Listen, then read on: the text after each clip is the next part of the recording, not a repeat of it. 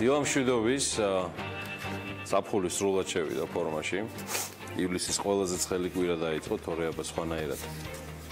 ამ პროლოგს რა მომამზადებინებდა? სხვათა შორის იცოდით თუ არა, რომ საქართველოს მოსახლეობიდან მხოლოდ 1,730,000 მოქალაქეს აქვს წვდომა საკანალიზაციო სისტემაზე. ამის შესახებ არც მეტი არც ნაკლები საქსტატის ანგარიშიდან გახდა ცნობილი. საქსტატის გამოკვლევის შედეგად, ანუ საუბარია სტატისტიკის დეპარტამენტზე, დადგინდა, რომ 2016 წელს საქართველოში წყალმომარაგებას, ანუ წყალმომარაგეობის საქმიანობით იყო დაკავებული 18 საწარმო, 18 კომპანია, რომელთა მიერ შინამეურნეობისთვის მიწოდებული წყლის თლიანმა მოცულობამ 207,9 მილიონი კუბური მეტრი შეადგინა წყლისა. მოკლედ, ჩემო ძვირფასო და დასიცხულო მეგობრებო, პატივცემულო მაყურებლებო და რადიო მსმენელებო, 2016 წლის 31 დეკემბრის მდგომარეობით წყალმომარაგების სისტემაზე მიერთებული იყო 2,270,000 ადამიანი, რაც საქართველოს მოსახლეობის 61%-ს შეადგენს.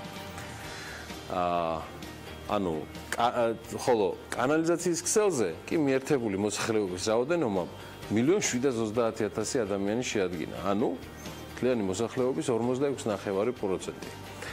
ჩამდინარე წყლის გამწვენე ნაგებობებზე მიერთებული მოსახლეობის რიცხოვნობა 1,260,000, ანუ 34,000. აი ეს არის სულ, ანუ ნახევარიც კი არ არის ამაზე მიერთებული. მოკლედ, სტატისტიკაში რეგიონალურ წრეებში არ არის წარმოდგენილი, თუმცა სავარაუდოდ ქალაქებში კანალიზაციაზე წვდომის მაჩვენებელი, ცხადია, ბევრად აღემატება რეგიონში არსებულ მაჩვენებლებს.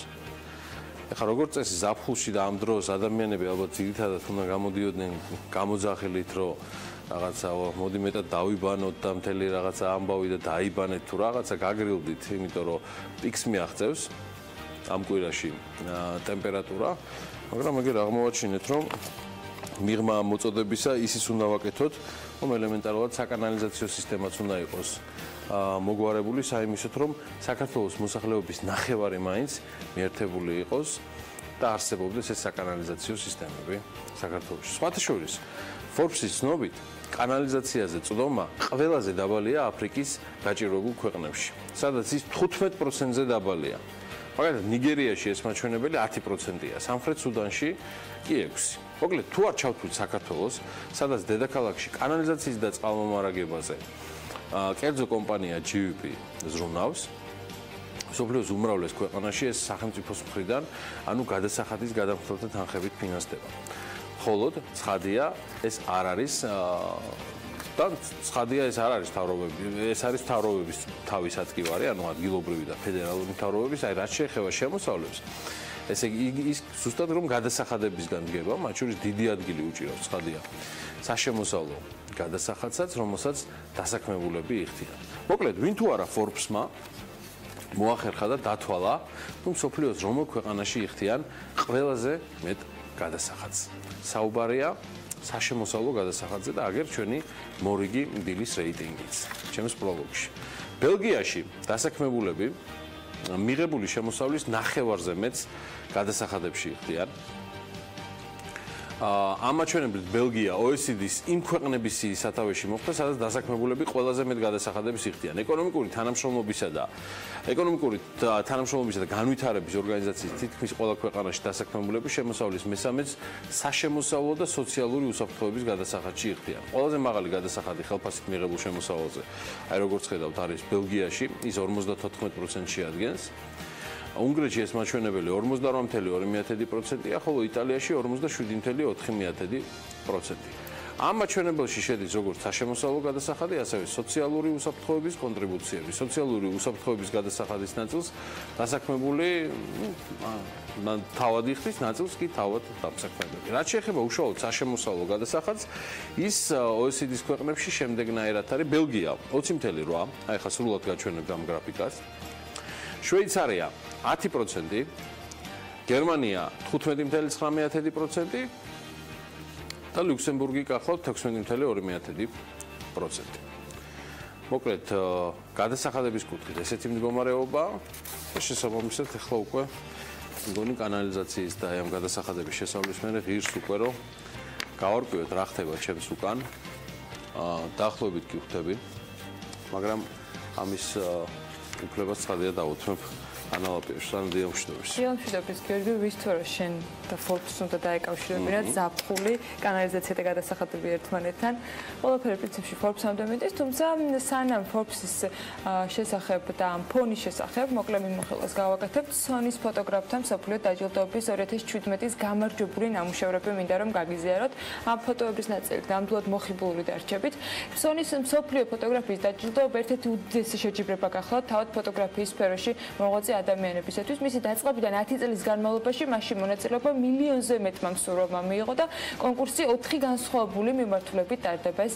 ესენია professional, ანუ 10 კატეგორია აქვს მას, open, ანუ ღია კატეგორია კი ასევე 10 კატეგორიით და კიდევ დამატებით 10 კატეგორია, რომელიც student focus და national awards წარმოადგენს. ფოტოები ეჯიბრებიან კონკურსში მონაწილეებს მშობლიური ქვეყნებიდან.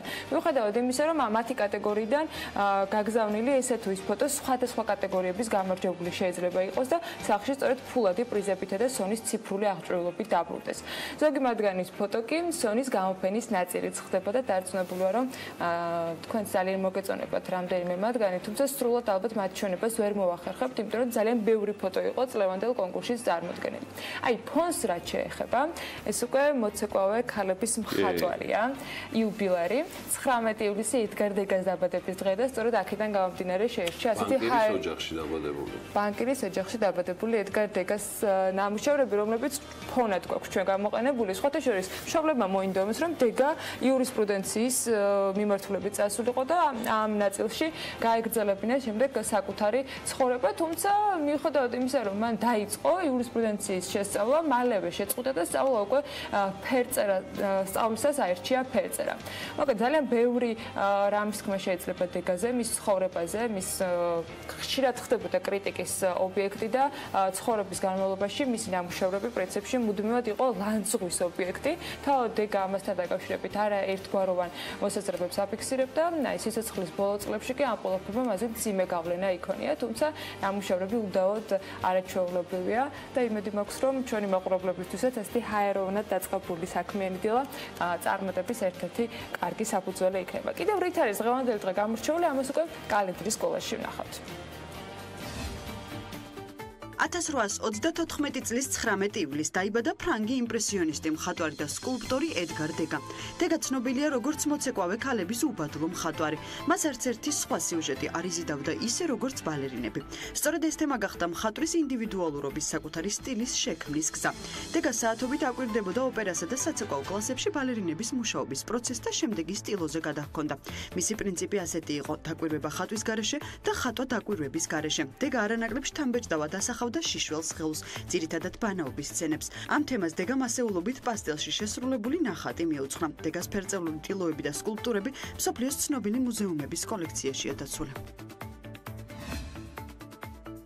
1952 წლის 19 ივლისს ფინეთის დედაქალაქ ჰელსინკში მე-15 ოლიმპიური თამაშები გაიხსნა. 1952 წლის თამაშების მთავარი მოვლენა ოლიმპიურ ასპარეზობაზე საბჭოთა კავშირის გამოჩენა იყო.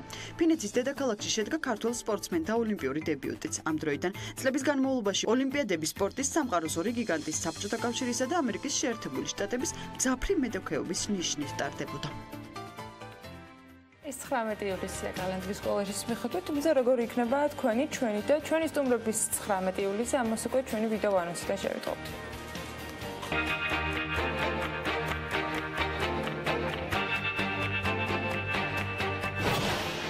19 ივლისის საქმიანი დაწყებისათვის დილიდან ზრუნავენ. გულიკო ზუმბაძე თბილისის საკრებულოს ადამიანის უფლებათა და სამოქალაქო ინტეგრაციის კომისიის თავმჯდომარე. ინო ზამბახიძე ფერმერთა ასოციაციის თავმჯდომარე. პროექტის ბიო ჰაკათონის თანაავტორებს მარიამ და ლუკა ლომთაძეებს მასპინძლობს. გოსტუმრება მიხეილ ჭიჭაყუა მომავლის ფერმერის მთავარი კონსულტანტი.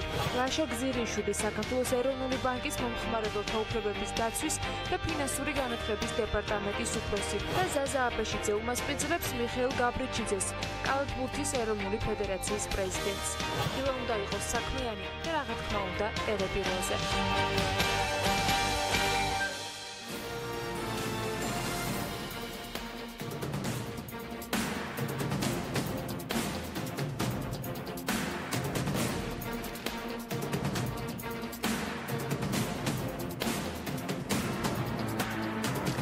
დაბულეთის მუნიციპალიტეტში სოფელ ბუყნარში მდებარე არასასოფლო სამეურნეო დანიშნულების მიწის ნაკვეთის პრივატიზების მიზნით ელექტრონული აუქციონი გამოცხადდა. აუქციონის პირობების მიხედვით მფლობელმა ადგილზე არანაკლებ 100 ნომრიანი სასტუმრო უნდა ააშენოს, ინვესტიციის მინიმალური მოცულობა კი 20 მილიონი ლარი უნდა იყოს. აუქციონი 15 აგვისტოს დასრულდება. ანაკლის ღრმაწყვოვანი პორტის მშენებლობისათვის კი სახელმწიფომ უკვე 325 ქონება გამოისყიდა. ქონების მართვის სააგენტოს ინფორმაციით მათ შორის არის როგორც საცხოვრებელი სახლები, ასევე მიწის ნაკვეთები. უარი შეთავაზებულ კომპენსაციაზე ამ დროის მდგომარეობით 337 ოჯახიდან მხოლოდ 9 ოჯახმა განაცხადა. უძრავი ქონების გამოსყიდვის პროცესი კი სექტემბრამდე ბოლომდე უნდა დასრულდეს.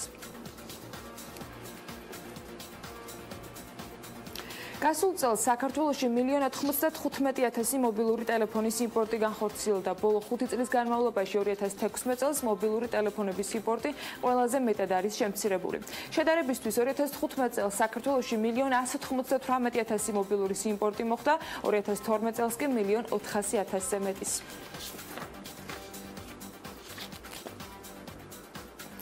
სიტი ინსტიტუტის საქართველოს თბილისის მერიას ჩავნაბადეს ტერიტორიაზე საქალაქო პარკის გაკეთებას ურჩევს. ამის შესახებ საქმის კურსს თბილისის მიწათსარგებლობის გენერალური გეგმის ერთ-ერთმა ავტორმა და კომპანიის წარმომადგენელმა მერაბ ბოლქვაძემ განუცხადა. მისი განმარტებით მართალია ჩავნაბადეს მთის ტერიტორიაზე ჯერ კიდევ 2011 წლის შეთანხმების პროექტი არსებობს, მაგრამ ინვესტიციებთან მოლაპარაკებები ჯერჯერობით დასრულებული არ არის. სიტი ინსტიტუტის საქართველოს თბილისის მიწათსარგებლობის გენერალური გეგმა მერიას უკვე ჩააბარა.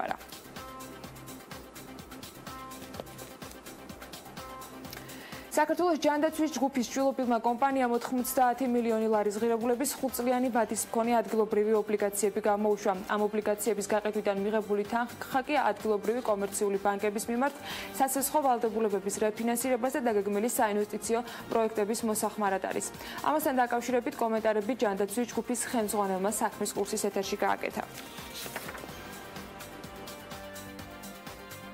ეს თანხა მთლიანად მოხმარდება ჩვენ საინვესტიციო პროექტებს, ანუ ეს იქნება დამატებით სამუშაო ადგილები, დამატებით ინვესტიცია ქვეყანაში, დაინტერესება საკმაოდ დიდი იყო, რითიც ძალიან მოხარულები ვართ ჩვენ, შესაბამისად საპროცენტო განაკვეთიც ძალიან მისაღები აღმოჩნდა ჩვენთვის. ჩვენ საინვესტიციო პროექტები საკმაოდ დიდი არის, ახლა წელს 2 300 ჰოსპიტალს ხსნით თბილისში, ასევე გარდა ამისა იცით, რომ პირველად ჯანდაცვის პოლიკლინიკების ქსელს საინვესტიციო კორპორაცია ევექსი საკმაოდ აფართოებს და კიდევ არის მრავალი სხვა პროექტი, რომელსაც ძალიან მალე გავაცნობთ საზოგადოებას. ბიზნესმენ თემურ ჭყონიას განცხადებით, ფრანგული კომპანია შებო ნატახტარის ქარხნის პროექტირებაზე მუშაობს, რაც 15 სექტემბრისათვის მზად იქნება. მისივე ინფორმაციით ამის შემდეგ ნატახტარში მიწაზე, სადაც დღეს მხოლოდ მინდორია, თანამედროვე სტანდარტების შესაბამისი ქარხნის მშენებლობა დაიწყება და ბიზნესმენი იმედოვნებს, რომ 2018 წლიდან უკვე კოკა-კოლას წარმოება ნატახტარში მოხდება. ამავდროულად უკვე არსებული საწარმო დანადგარების გადატანაც არის დაგეგმილი და დამატებითი თანხების ინვესტირება დანადგარების შესაძენად. ჭყონია ამბობს, რომ ნატახტარის ქარხნის ამუშავების შემდეგ მისი წარმოდობა 25%-ით უნდა გაიზარდოს.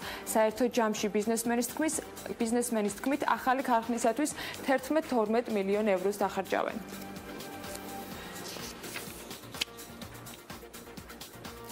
შვეიცარიულ კომპანია მიგროს ჯგუფს საქართველოსთან თხილის სექტორში თანამშრომლობის გაღრმავება სურს. უმსხვილესი საცალო ბიზნესის მიგროს ჯგუფის წარმომადგენლებმა თხილის სექტორში საქართველოსთან თანამშრომლობის გაღრმავებაზე სოფლის მეურნეობის მინისტრთან ისაუბრეს. კომპანიის წარმომადგენლები კმაყოფილები არიან ქართული თხილის ხარისხით და კონტროლის სტანდარტებით. მიაჩნიათ საქართველოსთან უკვე არსებული თანამშრომლობის გაღრმავება მათ ინტერესებში შედის და მნიშვნელოვანი პროექტის განხორციელებასაც გეგმავენ. ლევან დავითაშვილმა საქართველოში თხილის დარგში არსებულ პოტენციალზეც ისაუბრა ამ შეხვედრაზე და აღნიშნა, რომ დარგის განვითარებისათვის შექმნილია თხილის ტექნიკური რეგლამენტი. ასევე დანერგილია საერთაშორისო რეგულაციები და კონტროლის სისტემა.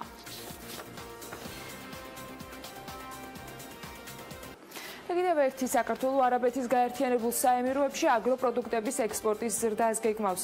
საექსპორტო პოტენციალის გაზრდაზე და ქვეყანასთან თანამშრომლობის გაღრმავებაზე თბილისში ოფიციალური ვიზიტით მყოფ არაბთა გაერთიანებული საემიროების საგარეო საქმეთა და საერთაშორისო თანამშრომლობის მინისტრ შეიხ აბდულა ბინ ზიაედ ბინ სულტან ალ-ნაჰიანთან განიხილა პრემიერ-მინისტრმა მხარეებმა ისაუბრეს ასევე სავაჭრო, ეკონომიკური და საინვესტიციო კუთხით არსებულ შესაძლებლობებზე.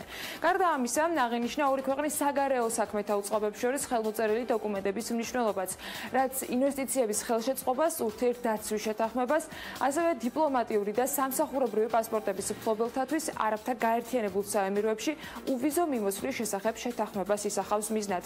განხილული იყო განათლების სფეროში ურთიერთთანამშრომლობის განვითარების პერსპექტივებიც.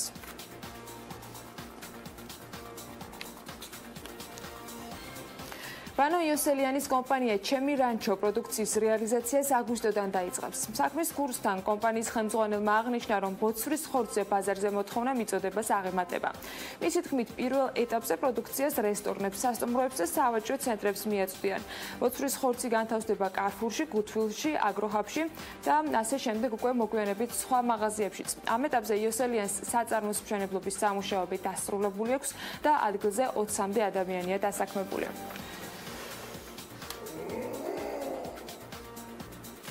BNP Paribas შესაძლოა 246 მილიონი დოლარის გადახდა მოუწიოს. ჯარიმა მას შემდეგ ამერიკის ცენტრალურმა ბანკმა დააკისრა, რაც ვალუტაზე ზეწოლა და სპეკულაციები დასახელდა მიზეზად. ჯამში შტატებს 7 ბანკისათვის სავალუტო სპეკულაციებისათვის 2 მილიარდი დოლარი აქვს დაწესებული. საქმე 2007 წლიდან 2013 წლამდე პერიოდს ეხება.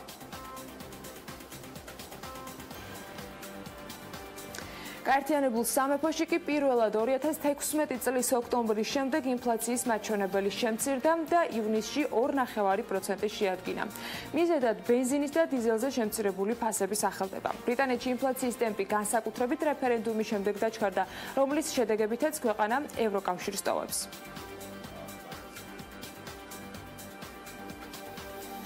Samsung Galaxy Note 8-ის გამოსვლისათვის ემზადება. ეს პირველი მოწყობილობაა იმ სერიაში, რომლის ფეთქებადი ელემენტის გამოც კომპანია მილიონობით ტელეფონის ბაზრიდან გამოწვევას ახდენს.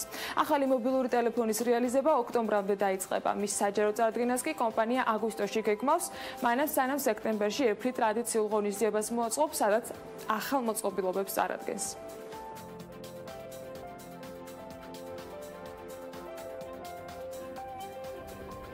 დღევანდელ დღის წესრიგს უნდა გადავხედოთ. საქმის კურსში ჩადგებით ახალი ამბების, რა თქმა უნდა, მიმდინარე დღის განმავლობაში ზუსტად 15 საათზე ბექაპაციკაძესთან ერთში და უკვე მოგვიანებით საღამოს 22 საათსა და 45 წუთზე დაახლოებით. 11 საათზე კი სოფლის მეურნეობის სამინისტროში ბრიფინგია გამართული და არაერთ თემაზე მოუხდება მინისტრის პასუხისგაცემა. ასევე 11 საათზე სააპელაციო სასამართლოს ადმინისტრაციულ საქმეთა პალატა მოსამართლე გიორგი წყალაძის თავმჯდომარეობით ბიზნესმენ რამაზ ახვლედიანის მიმართ ლისის ტბის წართმევის საქმეზე მოპასუხეების საქართველოს პრეზიდენტის ადმინისტრაცია, თბილისის მერია, ლისი ლეიქ დეველოპმენტი სასამართლოს ხდომას გამართავენ. 12 საათსა და 50 წუთზე კი საქართველოს ბიზნესის ასოციაცია და საქართველოს საავტორო უფლებათა ასოციაცია ერთობლივ პრეზენტაციას გეგმავენ. 13 საათზე შრომის ჯანმრთელობის და სოციალური დაცვის მინისტრი დავით სერგეენკო სამედიცინო დაწესებულებების წარმომადგენლებს შეხვდება და ქრონიკული დაავადებების სამკურნალო მედიკამენტებით უზრუნველყოფის პროგრამის შესახებ მიაწვდის ინფორმაციას. აი ასეთი არის დღევანდელი დღის პირველი ნახევარი. დარწმუნებული ვარ, რომ მეორე ნახევრისთვისაც საინტერესო ამბები სულ მალე გამოჩნდება, თუმცა ყველა მიმდინარე მნიშვნელოვანი ბიზნესის თუ ეკონომიკის სიახლეების შესახებ იქნებით ინფორმირებული ზუსტად 15 საათზე საქმის კურსში. ახლა კი სულ რამდენიმე წამში უნდა გავიგოთ რა ხდება სავალუტო ბირჟაზე, რომელსაც უკვე გიორგი გაგვაცნობს.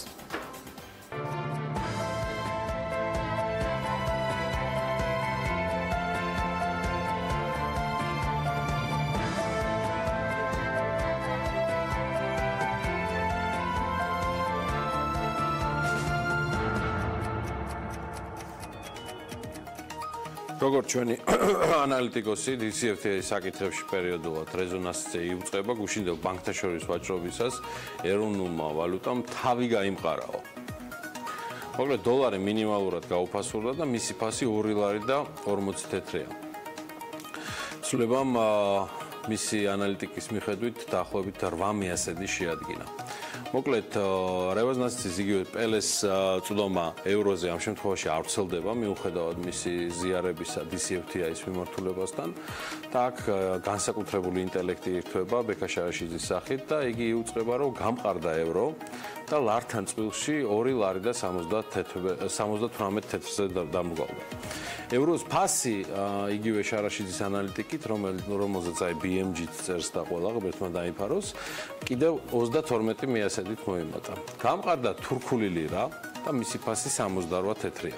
ფუნტის შესაძენად კი არც მეტი არც ნაკლები 3 ლარი და 13 თეთრი დაგჭირდებათ. აი აქ ფუნტს აშკარად გაუმართლა, მას არც პელეს და არც ბექას ხელი არ ატყვია.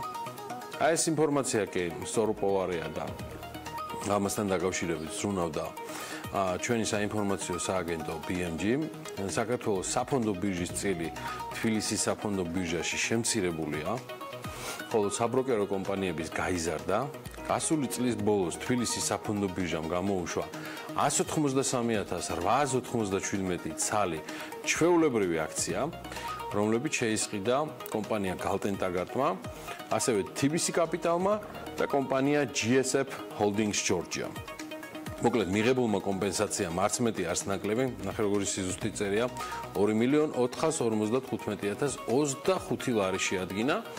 რის შემდეგადაც წილებით შემობატონო, აი ესე გადანაწილდა, როგორც ჩვენი მრავალჭირო არამ გადანახადი გრაფიკა ეხლა გავუწყებთ.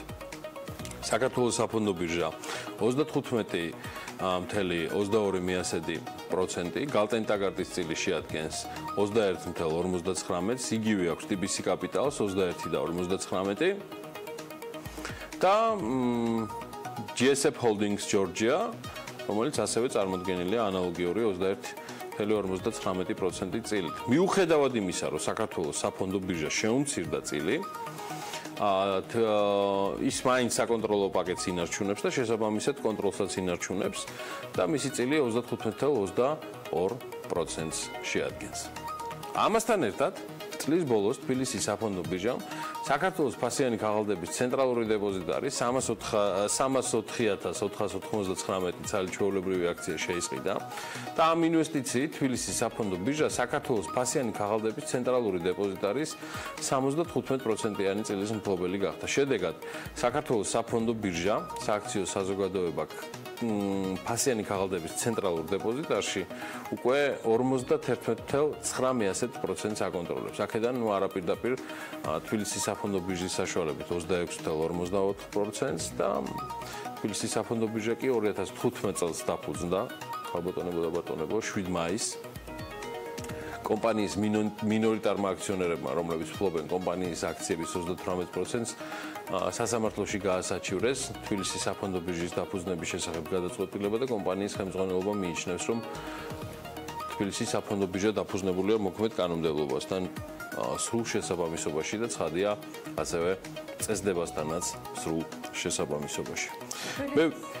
საფონდო ბირჟის პრობლემებს ალბათ ვენესუელა ინატრებდა გიორგი, იმიტომ რომ მსოფლიო ნავთობის მარაგით უმსხვილეს წყარო და ინსპირაცია ჩვენი შემდეგი საუბრისა, ვენესუელის თემაზე კონკრეტულად ვინ იყო, რა მოგცა ამ შემთხვევაში ჩვენ გუშინ ვიკონტაქტეთ ამ თემაზე, რომ ვენესუელაზე უნდა გვესაუბრა და რა იყო შენი ინსპირაცია?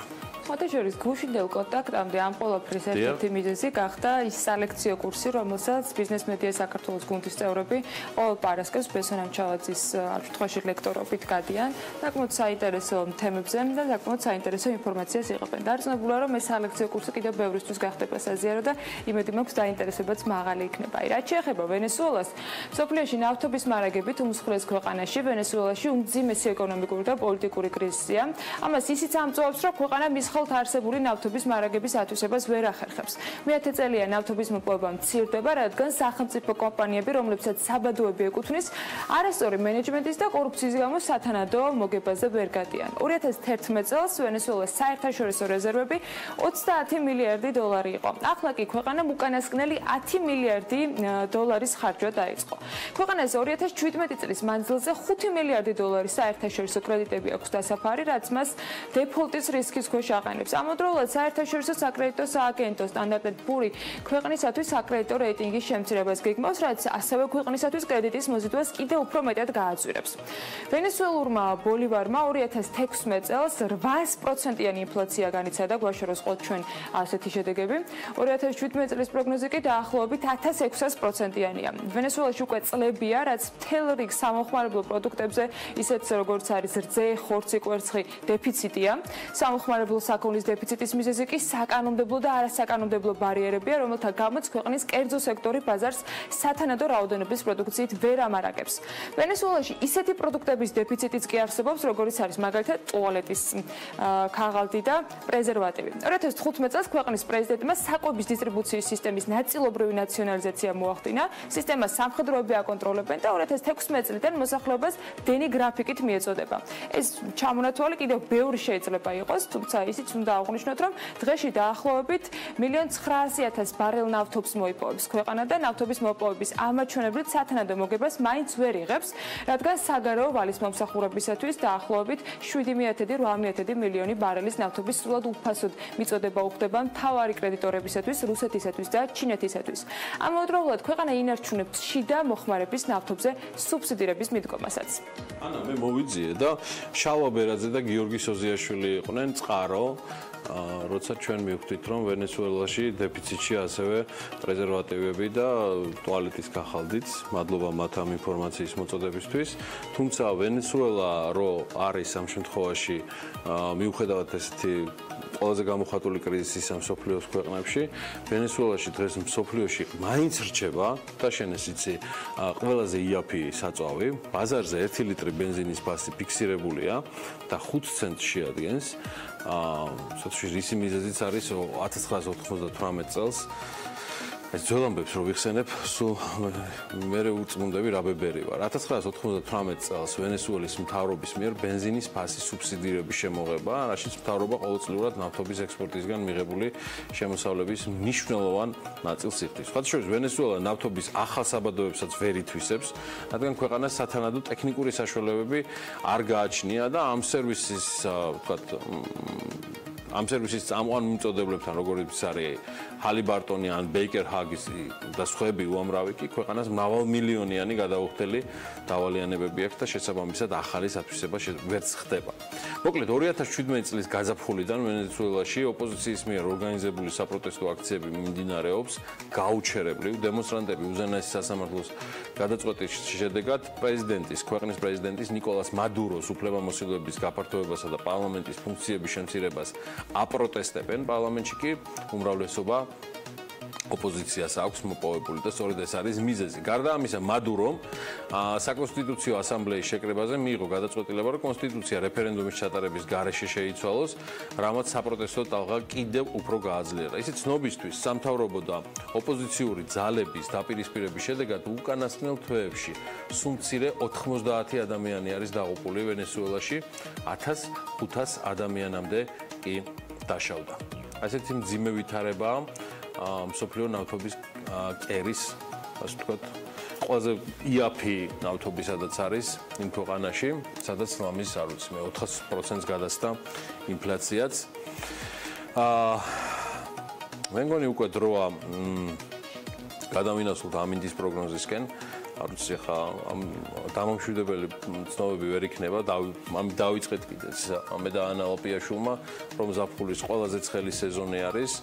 ყველაზე მეტად მახარებს, რომ განსხვავებით აი მოაზროვნეებისგან, რომლებმაც წარმოგვიდგინეს ინფორმაციები და ანალიტიკა ადგილობრივ სავალუტო კურსზე და ვენესუელაზე, ეს მთლიანად მომზადებულია იმ შესანიშნავი სამეულის, რომელსაც მაქვს პატივი წარმოგიდგინოთ. გარემოს ეროვნული სააგენტოს ცნობა, ანა ლოპიაშვილი და რა თქმა უნდა სეულ დეველოპმენტი. აი რა ამინდია ეხა მინიმუმ აი პოლიტკოვსკაიის ქუჩაზე, სადაც სეულ დეველოპმენტის ოფისი, სათა ოფისი და გაყიდვების ოფისი მდებარეობს, ამას თავად ანაგვეტყვის რამდენიმე წამში.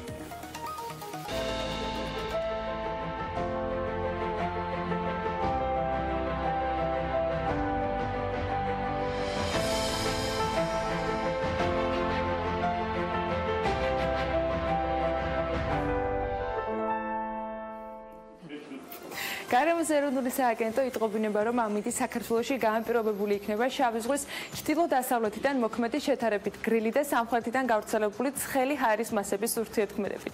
შესაბამისად, მოსალოდნელია დროგამშვიდობით ღრუბლიანობის მომატება. ზოგან ხანმოკლე წვიმადი ელჭექი აღმოსავლეთ საქართველოში კი შესაძლოა იყოს სეტყვაც.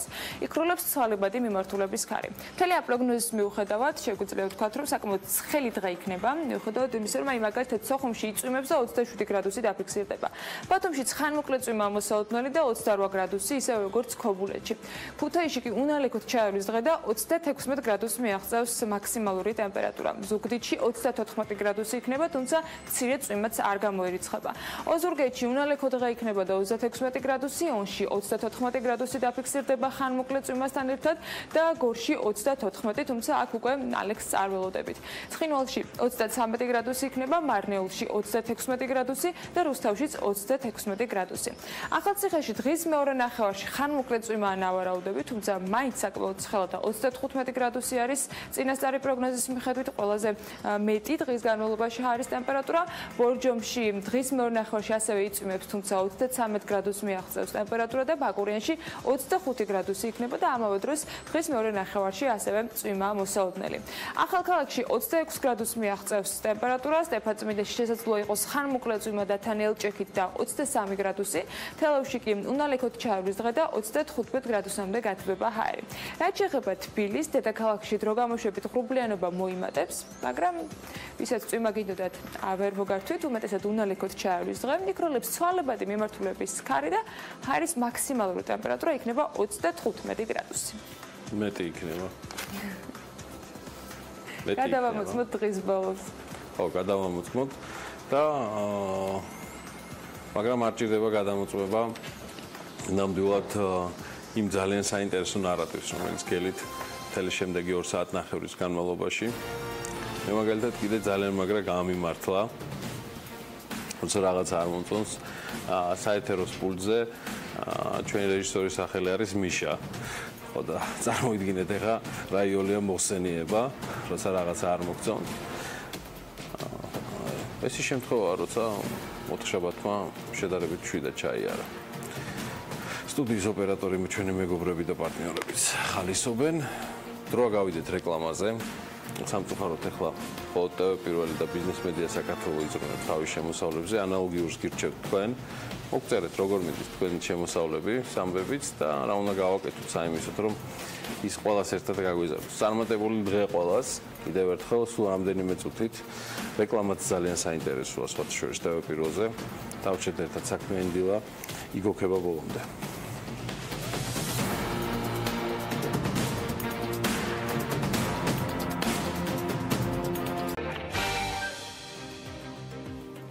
რეკლამის შემდეგ დავბრუნდით პირდაპირ ეთერში და საქმიანი დილას განვაგრძობთ.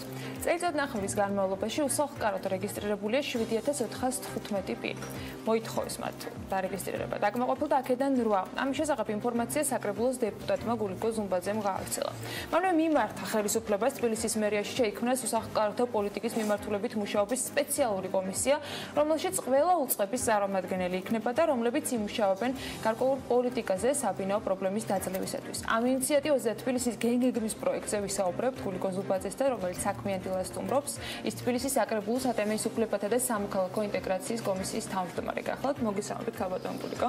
მადლობა რომ მოგწონთ. გუშინ საკმაოდ გრძელი დღე გამოგივიდეთ საკრებულოში განხილვების ფონზე, თუმცა სანამ გეგმაზე ვისაუბრეთ, სწორედ თქვენს ინიციატივაზე მინდა გითხოთ, რა შეიძლება მომუშავე ჯგუფმა შეიმუშაოს? ან ზოგადად ეს ჯგუფების მუშაობის პრაქტიკა ზოგადად გვაქვს ხოლმე, რომ ისინი მუშაობენ და მუშაობენ, ანუ კონკრეტულ გეგმას იშვიათად წარმოადგენენ და შესაბამისად შესრულება კიდევ უფრო დაგვიანებით არის ხოლმე. თქვენ რა გეგმას თავაზობთ, როგორ შეიძლება რეალურად გადაიჭრას პრობლემა?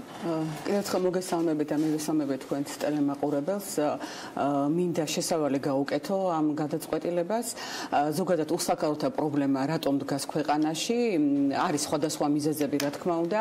ის ფაქტი, რომ 7000 განაცხადია შესული, აქედან 6000 სათანადო საბუთები აღმოჩნდა და მხოლოდ 1400 იქნა განხილული და აქედან 500 ადამიანს მიეცა დადებითი რეკომენდაცია დარეგისტრეს უსახლკაროდ და 35 ადამიანზე გამოიცა განკარგულება და მხოლოდ 12 ადამიანია სოციალური საცხოვრისით ამჟამად დაკმაყოფილებული. თუმცა ის სოციალური საცხოვრისი, რომელიც არის ორხევის დასახლებაში, 75 ადამიანია, მაგრამ ჩანს ამ სტატისტიკის მონაცემებით, რომ პრობლემა არის ძალიან სერიოზული. 2006 წელს კანონში სოციალური დახმარების შესახებ შევიდა ცვლილებები და განისაზღვრა უსახლკაროს დეფინიცია. ანუ რას ნიშნავს უსახლკაროება? უსაკაროა პირი, რომელსაც არ გააჩნია მუდმივი განსაზღვრული საცხოვრებელი და იგი რეგისტრირებულია თვითმმართველობის ორგანოში როგორც უსაკარო. ყურადღება მივაქცევთ იმ ფაქტს, რომ 2006 წელს იქნა აღნიშნული ცვლილება განხორციელდა, იმის შემდეგ უკვე მესამე მოწვევის საკრებულო, ანუ სამი მოწვევის საკრებულომ ჩაიარა პრაქტიკულად და მხოლოდ ამ მოწვევის საკრებულომ შეძლო კონკრეტული ნაბიჯების გადადგმა. კერძოდ ის, რომ ჩვენ 2015 წელს მივიღეთ უსაკაროდ რეგისტრაციისა და თავშესაფრით უზრუნველყოფის წესი და მერიაში დამტკიცდა სპეციალური კომისია ამ წესის ახსრულების. დაიწყო კომისია მუშაობა და დაიწყო იმ განაცხადის შევსებები, რომელიც ასევე საკრებულომ დაამტკიცა და რომლის სტატისტიკური მონაცემებით ჩვენ სულ ახლა თქვენს გააჟღერეთ და მეც. ფაქტია, რომ როდესაც 7000 ადამიანი წლების განმავლობაში მიმართავს მერიას, რა თქმა უნდა, ჩანს, რომ პრობლემა არის გლობალური და მასშტაბური და ამაზე თვალის დახუჭვა არ შეიძლება. პირიქით, ჩვენ უნდა სახელმწიფომ თვითმმართველობამ უნდა განახორციელოს სპეციალური პროგრამები და სპეციალური პოლიტიკა ჩამოყალიბოს იმისთვის, რომ ამ პრობლემის დაძლევისკენ გადაედგას კონკრეტული ნაბიჯები და ეს იყოს შეუქცევადი და ეტაპობრივი.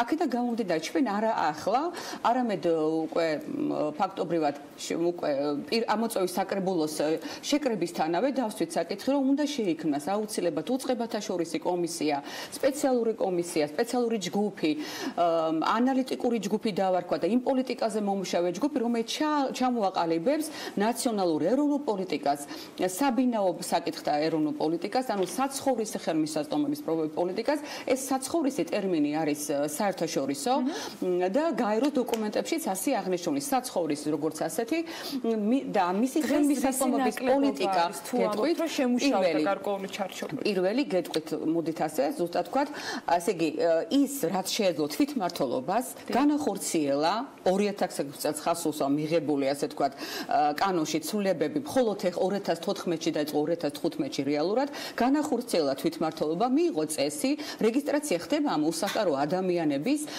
აშენებულია ლილოს მიმდებარე დიდი ლილოში მიუსაფართა თავშესაფარი, ეს არის თავშესაფარი არა ოჯახური ტიპის საცხოვრისი და ასევე ორხევში 75 ოჯახიან რის რესურსიც ამ ეტაპზე თვითმმართველობას ჰქონდა, მაგრამ ეს არის ძალიან ფრაგმენტული ნაბიჯები, ვინაიდან სახელმწიფო ზოგადად არ გააჩნიეს ეროვნული პოლიტიკა და რას ნიშნავს ეს ეროვნული პოლიტიკა?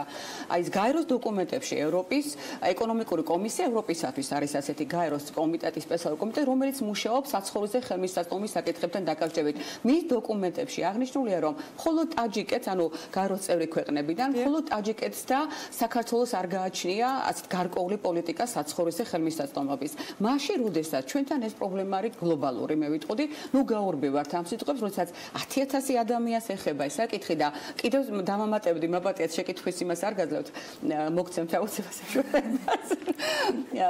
დავით, გაითვალებას აუცილებლად. მადლობა. დიაღიარებით რო დაიწყებს რესპონდენტი. დიახ, მაშინ როდესაც კიდევ სხვა პრობლემა გვაქვს ჩვენ, რამდენიმე, რომელიც საბინაო საკითხებს ეხება, ეს არის ეგრეთ წოდებული უკანონოდ, ეგრეთ წოდებული შეჭრილი ადამიანები, რომლებიც 10 წლის წინ, 20 წლის წინ ან რამდენიმე წლის წინ დაიკავეს ადმინისტრაციული ყოფილი საბჭოთა კავშირის ფართები, ითხოვენ, იმიტომ რომ სხვა საშუალება არ გააჩნიათ, ითხოვენ მათ ლეგალიზაციას, ასე ვთქვათ. ადამიანები, რომლებიც აშენებენ კოოპერატივ დაზარებული მოგეხსენებათ არსებობს დასწრება. ნამდვილად არსებობს მიმართულება გრევადი ობიექტების და ესენიც დემოკრატიულ ქვეყნებში უსაკაროდ პოტენციალურ უსაკაროდ მოიაზრებიან ის ადამიანები, რომელსაც ემუქრებათ უსაკარობა, ანუ არიან გრევად ობიექტებში და შესაძლებელია კიდევ სხვა რაღაცა მიზეზით იგივე ბანკის, საბანკო, თქვათ გამოსახლება ემუქრებათ და ასე შემდეგ. ეს იმას ნიშნავს, რომ აქედან გამომდინარე გარკვეული პოლიტიკა ჩამოყალიბებული უნდა ქონდეს სტრატეგია სახელმწიფოს და ამიტომ ვითხოვთ ჩვენ უკვე ეს არა ახლა, უკვე კარგი ხანია წინა ასე ვთქვათ პრემიერსაც მივწერეთ ღარიბაშვილს, ახლანდელ პრემიერსაც მივწერეთ, რომ უწყებათა შორისი ურთიერთობები არის ძალიან მნიშვნელოვანი. არის ეს ფრაგმენტული ურთიერთობა, მაგალითად აღრიცხვა რო აწარმოა მერიამ გადასცა ეკონომიკის სამინისტროს, მაგრამ ეს ასევე ჯანდაცვის სამინისტროს, მაგრამ ეს არის ფრაგმენტული მიდგომები ერთიანი პოლიტიკის გარეშე გამოცდილი ქვეყნების ასე ვთქვათ გაზიარებით, მათი გამოსვლების გაზიარებით, ასევე ჩვენი რეალობის გაზიარებით, ჩვენ გვჭირდება ჩვენი ერთიანი პოლიტიკა, სტრატეგია და დროში გაწელილი გეგმა ამ პრობლემის თანდათანობით დაძლევით. პრობლემა არის ძალიან მწვავე, მასშტაბური, მაგრამ ამ რას დავაგვიანებთ, ბუნებრივია პრობლემა უფრო გამწვავდება. რეალურად საკრებულოს წამოსული ინიციატივა თქვენ ფიქრობთ და გინდათ და რაც აბსოლუტურად ბუნებრივია, რომ ფედერალურმა მთავრობამ გაიზიაროს, საკანონმდებლო ორგანოს დონეზე გავიდეს და რამდენიმე წლიანი გეგმით იყოს გათვალისწინებული. რაც შეეხება დედაქალაქის და მერიას, რომთან დაკავშირებითაც კონკრეტული თქვათ ნაბიჯების გადადგმაზე და თანამშრომლობაზე საკრებულოს შეიძლება რომ კომუნიკაცია ჰქონდეს. აი მაგალითად საქმიანი დილაში ვარ და გადავხედოთ ბიუჯეტს, რომელიც თბილისის მერიას გააჩნია. ამ დროისათვის თქვენ რა პოტენციალს ხედავთ, რომ გეგმის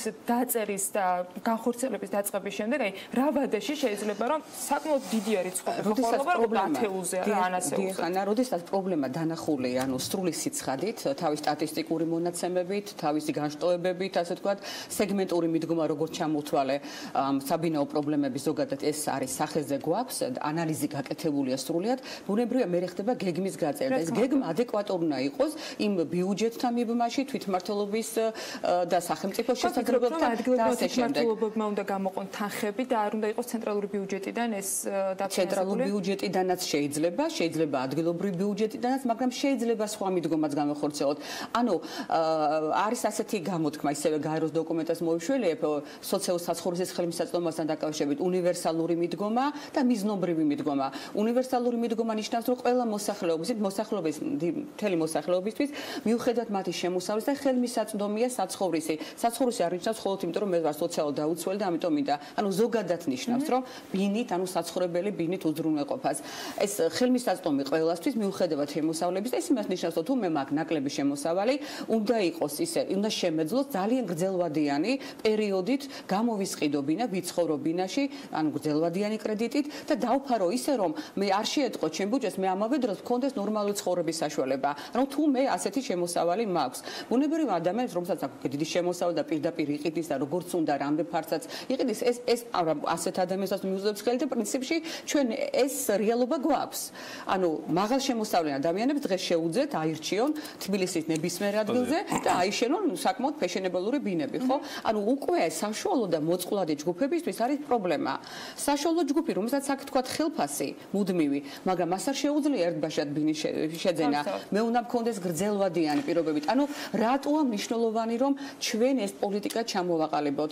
იმიტომ არის მნიშვნელოვანი რომ ბინა, საცხოვრებელი ადამიანისთვის არის უმნიშვნელოვანესი საშუალება ადამიანური ცხოვრების კოორდინირებულზეა საუბარი ფედერალურიც და ადგილობრივი საკმაოდ ზუსტი და საკმაოდ კაფეა წარმოადგენს ხალხთან გულიკოს ამ თემასთან დაკავშირებით და ეს არ არის მხოლოდ საკრებულოს ამერიკა. მოდი მოვუყვეთ მაშინ ჩვენს ტელემაყურებელს თუ რა გახდა თბილისის საკრებულოს დამოუკიდებელი დეპუტატის ქალბატონი გულიკო ზუმბაძის მოწვევის მიზეზი. საქმიანი გადაცემა არის და რამდენიმე ციფრს და რიცხვსაც შემოგთავაზებთ. მოკლედ წელიწადნახევრის განმავლობაში, რაც აღინიშნა კიდეც, იყო განაცხადი სულ გაკეთებული 7415. საუბარია უსახკაროთა რეგისტრაციაზე, საიდანაც დაკმაყოფილებულია მხოლოდ 8. ამეტებზე 12. უკვე 12-ზე ასულა. კარგია. ну კარგია თუ ცუდია აქ ამ შემთხვევაში ეს არ არის კრიტიკის თემა, მაგრამ აი ამის შემდეგ ქალბატონი გულიკო ავრცელებს შემდეგ ინფორმაციას, რომ მერიას უსახკაროდ რეგისტრაციის მოთხოვნით მიმართა ზუსტად ამ რაოდენობამ, ანუ 7415 პირმა, მაგრამ მათ შორის სრულყოფილი დოკუმენტაციის წარდგენა შეძლეს დაახლოებით 6000-მა, 6015-მა პირმა. ოჯახი, დიახ. მინიმუმ 3 ადამიანზე. მინიმუმ 3 ადამიანი, რაც ამათ უკან დგას. კი ბატონო. მერიამ შეძლო განეხილა 1431 განაცხადი და დადებითი გადაწყვეტილება მესამედზე, ანუ დაახლოებით 500-ზე გასდა. ეს ამაც ეს რეგისტრა 500-ზე გასცა, რომ დარეგისტრირებულიყო და 35-ზე განკარგულება გამოიცა, რომ უზრუნველყოფილი იყო საცხოვრისით უკვე 35-ზე ავიდა, ჩვენ 34 გვაქვს. მთლიანობაში 35 ადამიანი 121 ადამიანს ნიშნავს, 35 ოჯახი, ანუ 121 პირ შეეხო ეს გადაწყვეტილება, თუმცა ამ ეტაპზე მხოლოდ 12-ია შესახლებული, მაგრამ რა თქმა უნდა შესაძლებელია რომ 35-ე მოთავსდეს, მაგრამ რა თქმა უნდა ჩანს რომ ეს არის ზღვაში წვეთი და პრობლემა უფრო რადგან ვინაიდან არის მასშტაბური, არის ძალიან მწვავე და მზარდი, მინდა გითხრათ, შესაბამისად რა თქმა უნდა ჩვენ ამ მხოლოდ აი ამ გადაწყვეტილებებით ვერ შემოვიფარგლებით და ამიტომ ერთიანი ხედვა სწორედ ის რაც ეს ვილაპარაკი არის ჩამოსაყალიბებელი. ერთი კითხვა მინდა დაგისვა და პრინციპში ამ თემასთან დაკავშირებით საუბრის გაგრძელებას მე უფრო განვიხილავდი უკვე სხვა სტრუქტურათა წარმოადგენთან. თქვენ ახსენეთ ძალიან ბევრი მიმართულებით მიმართულება, მათ შორის ის ადამიანები, ძველ თბილისში საკრებულო და ალბათ გვერდთა ქუჩებზე თუ გაივლით და ნებისმიერ ადამიანი ნახავს, რომ არის ნგრევადი შენობები, რომლებიც დღე-დღეზე ელოდებიან იქ ცხოვრები ადამიანები, რომ შეიძლება პატარა მიწისძვრამ ან მიწისძვრის გარეშეც ეს სახლები ჩამოინგრეს.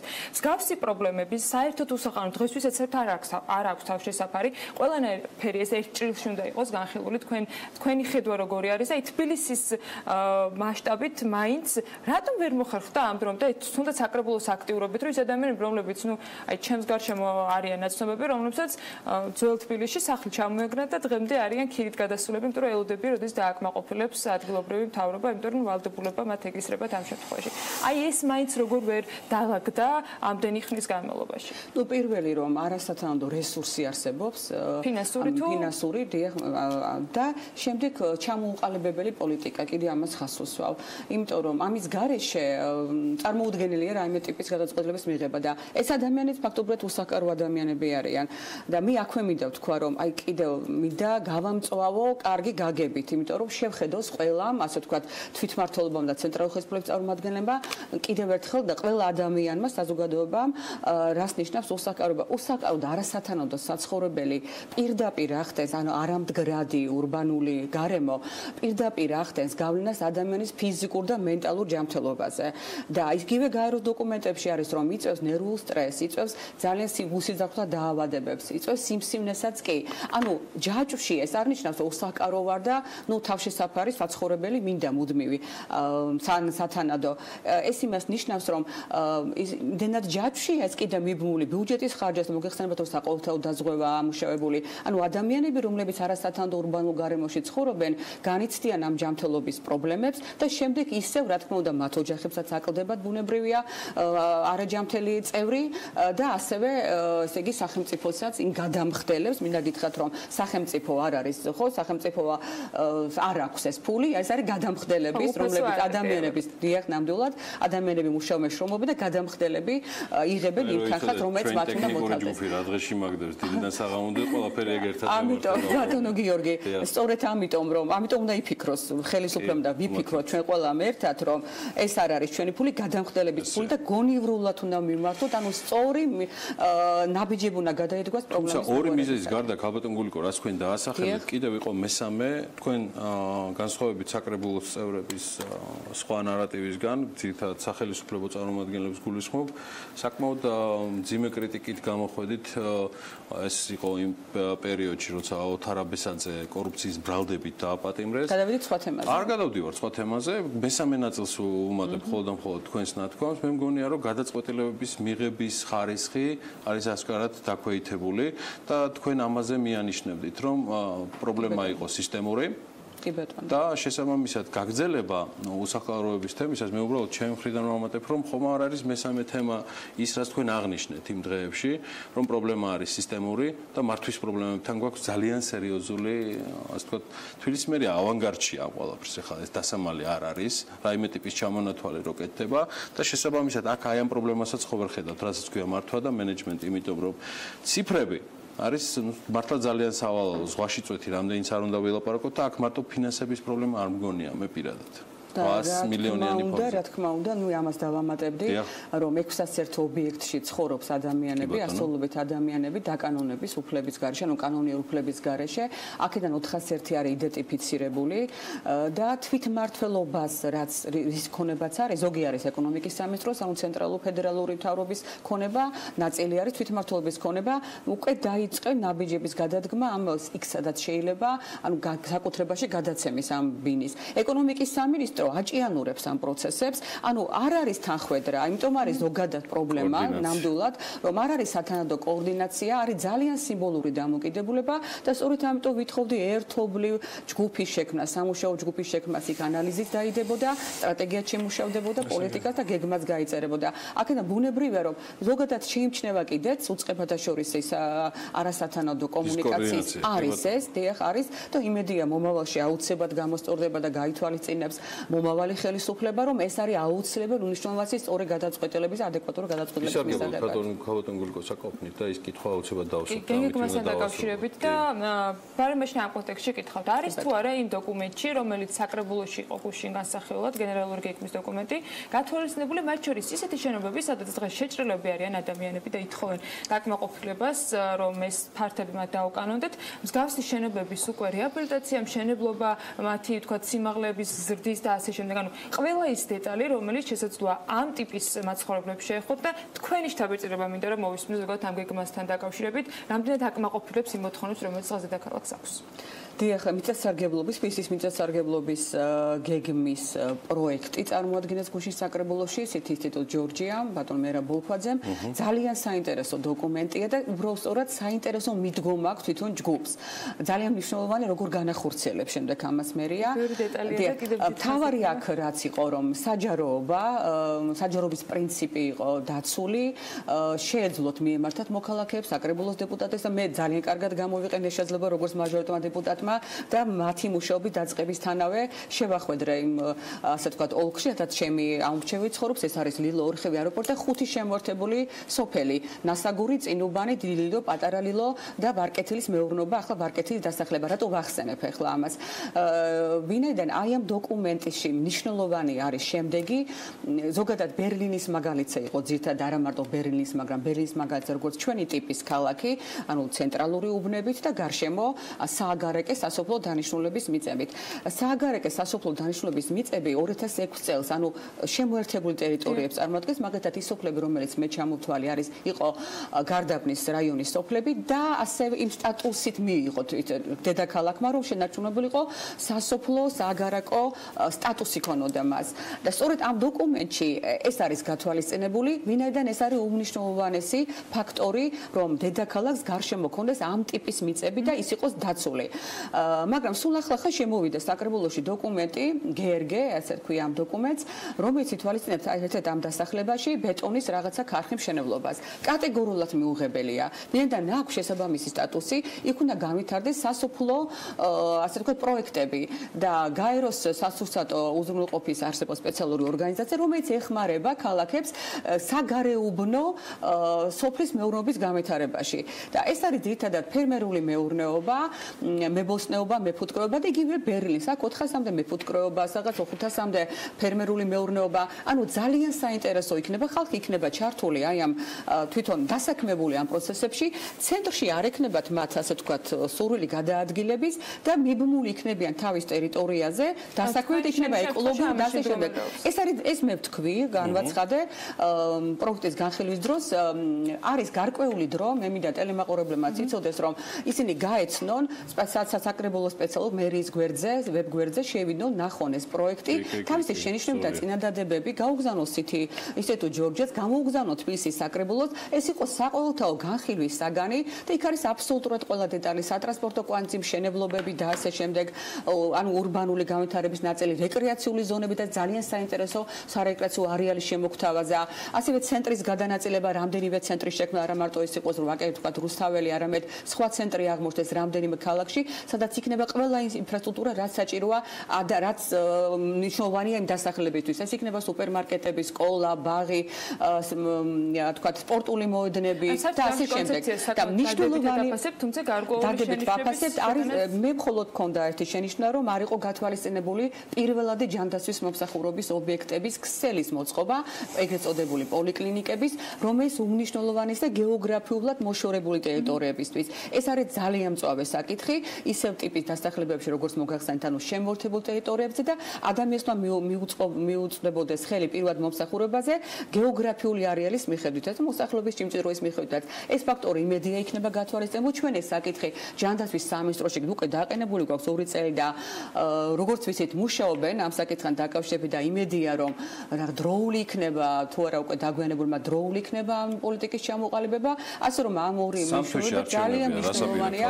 იმედია იქნება უკვე ჩვენ ახლა უკვე გუშინ წინ ვაფრინეთ რამდენიმე დღის წინ ჯანდაცვის სამინისტროში წერილი, რომ მოგწერეთ ბოლოს და ბოლოს ამ 2 წლის წინ გამოგზავნეთ ჩვენი წერილის მიხედვით რა პოლიტიკას ახორციელებს.